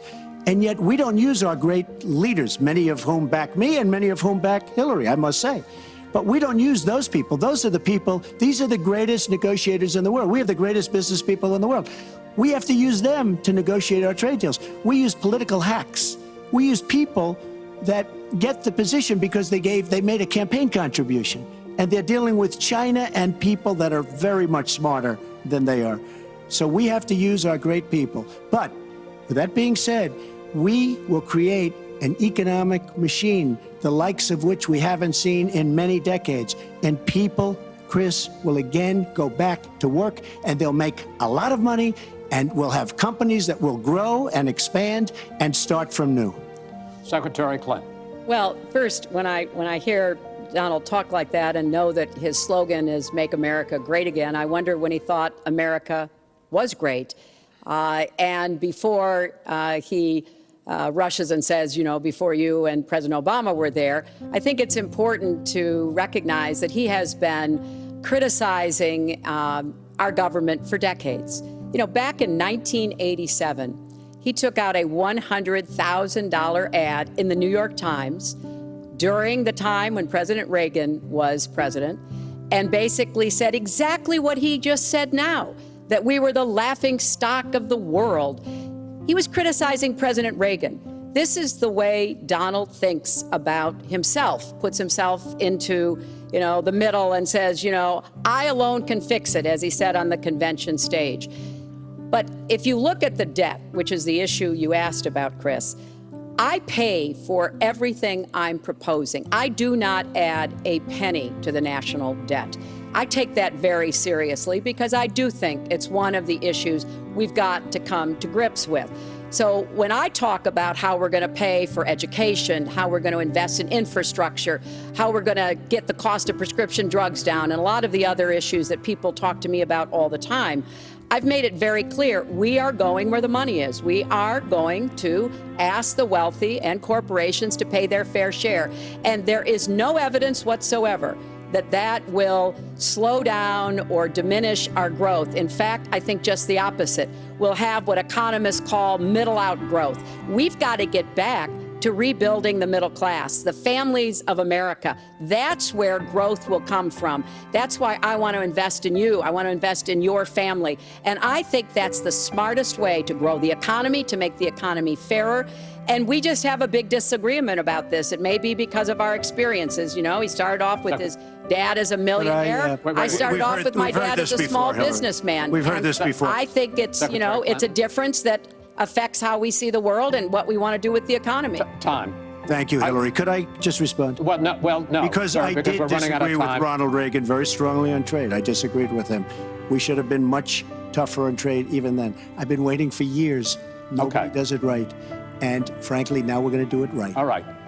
The one last area I want to get into with you in this debate is the fact that the biggest driver of our debt is entitlements, which is 60% of all federal spending. Now, the Committee for Responsible Federal Budget has looked at both of your plans, and they say neither of you has a serious plan that is going to solve the fact that Medicare is going to run out of money in the 2020s, Social Security is going to run out of money in the 2030s, and at that time, recipients are going to take huge cuts in their benefits. So, in effect, the final question I want to ask you in this regard is, and let me start with you, Mr. Trump, would President Trump make a deal to save Medicare and Social Security that included both tax increases and benefit cuts, in effect, a grand bargain on entitlements? I'm cutting taxes. We're going to grow the economy. It's going to grow at a record rate. But that's not going to help on entitlements. It's going to totally help you. And one thing we have to do, repeal and replace the disaster known as Obamacare. It's destroying our country. It's destroying our businesses, our small business, and our big businesses. We have to repeal and replace Obamacare. You take a look at the kind of numbers that will cost us in the year 17. It is a disaster if we don't repeal and replace. Now, it's probably going to die of its own weight, but Obamacare has to go. The premiums are going up 60, 70, 80%. Next year, they're going to go up over 100%. And I'm really glad that the premiums have started. At least the people see what's happening, because she wants to keep Obamacare and she wants to make it even worse. And it can't get any worse. Bad health care at the most expensive price. We have to repeal and replace Obamacare. And Secretary Clinton, same question, because at this point, Social Security and Medicare are going to run out. The trust funds are going to run out of money. Will you, as president, will you consider a grand bargain, a deal that includes both tax increases and benefit cuts to try to save both programs? Well, Chris, I am on record as saying that we need to put more money into the Social Security Trust Fund. That's part of my commitment to raise taxes on the wealthy. My Social Security payroll contribution will go up, as will Donald's, assuming he can't figure out how to get out of it. But what we want to do is to replenish the Social Security Trust Fund by making sure that we have sufficient resources. And that will come from either raising the cap and or finding other ways to get more money into it. I will not cut benefits. I want to enhance benefits for low-income workers and for women who have been disadvantaged by the current Social Security system. But what Donald is proposing with these massive tax cuts will result in a $20 trillion additional national debt. That will have dire consequences for Social Security and Medicare. And I'll say something about the Affordable Care Act, which he wants to repeal. The Affordable Care Act extended the solvency of the Medicare Trust Fund. So if he repeals it, our Medicare problem gets worse. What we need to do is go after the long-term health care drivers. We've got to get costs down, increase value, emphasize wellness. I have a plan for doing that, and I think that we will be able to get entitlement spending under control with more resources and smarter decisions. This is the final time, probably to both of your delight, that you're going to be on the stage together in this campaign. I would like to end it on a positive note. You had not agreed to closing statements, but it seems to me in a funny way that might make it more interesting because you haven't prepared closing statements. So I'd like you each to take, and we're going to put a clock up, a minute, as the final question in the final debate to tell the American people why they should elect you to be the next president. This is another new mini segment. Secretary Clinton, it's your turn to go first. Well, I would like to say to everyone watching tonight that I'm reaching out to all Americans, Democrats, Republicans, and independents, because we need everybody to help make our country what it should be, to grow the economy, to make it fairer, to make it work for everyone. We need your talents, your skills, your commitment, your energy, your ambition. You know, I've been privileged to see the presidency up close, and I know the awesome responsibility of protecting our country and the incredible opportunity of working to try to make life better for all of you. I have made the cause of children and families really my life's work. That's what my mission will be in the presidency. I will stand up for families against powerful interests, against corporations. I will do everything that I can to make sure that you have good jobs with rising incomes, that your kids have good educations from preschool through college. I hope you will give me a chance to serve as your president. Secretary Clinton, thank you. Mr. Trump? She's raising the money from the people she wants to control. Doesn't work that way. But when I started this campaign, I started it very strongly. It's called Make America Great Again. We're going to make America great. We have a depleted military. It has to be helped, has to be fixed. We have the greatest people on earth in our military. We don't take care of our veterans. We take care of illegal immigrants, people that come into the country illegally, better than we take care of our vets. That can't happen. Our policemen and women are disrespected. We need law and order, but we need justice too. Our inner cities are a disaster.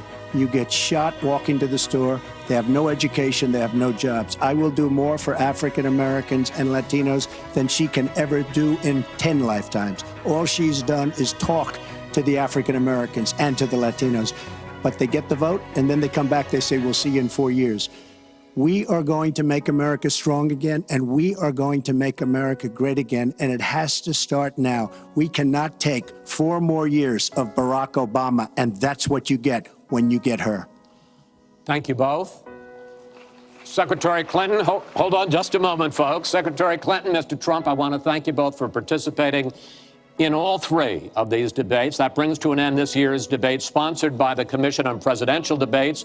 We want to thank the University of Nevada, Las Vegas, and its students for having us. Now the decision is up to you. While millions have already voted, Election Day, November 8th, is just 20 days away. One thing everyone here can agree on: we hope you will go vote. It is one of the honors and obligations of living in this great country. Thank you, and good night.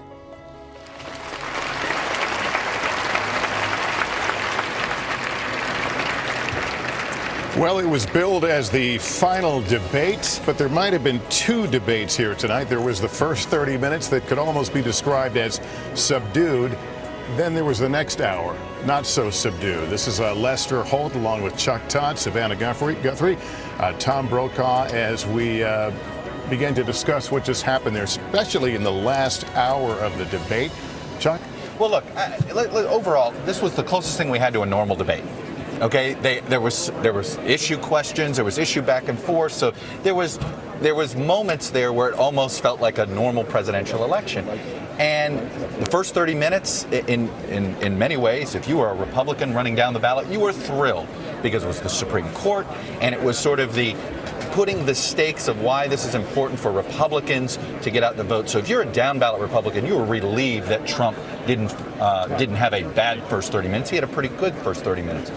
But I have to tell you, throughout this debate, Hillary Clinton substantively had substance in every answer, had sort of detailed policy proposals that she would talk about. He would answer every question. 10% of the answer would sound good in the moment. I think it's going to not go over well with the fact checkers, and it's not going to play well the next day because he would almost say a pretty good line and then repeat it over and over again. and he didn't seem to have a lot of substance. So I think it might look good and feel good in the moment, and it may not survive for him over a few days. And Savannah, one of the more memorable lines was that nasty woman that we heard near the end. It was. I mean, she was in the middle of an answer. He interjected. He leans into the microphone and says twice, such a nasty woman, such a nasty woman. And I think that will be a moment that people look back at this debate. I mean, look, if you don't like Hillary Clinton, if you were in Donald Trump's base, you were probably saying amen to the TV and cheering right then.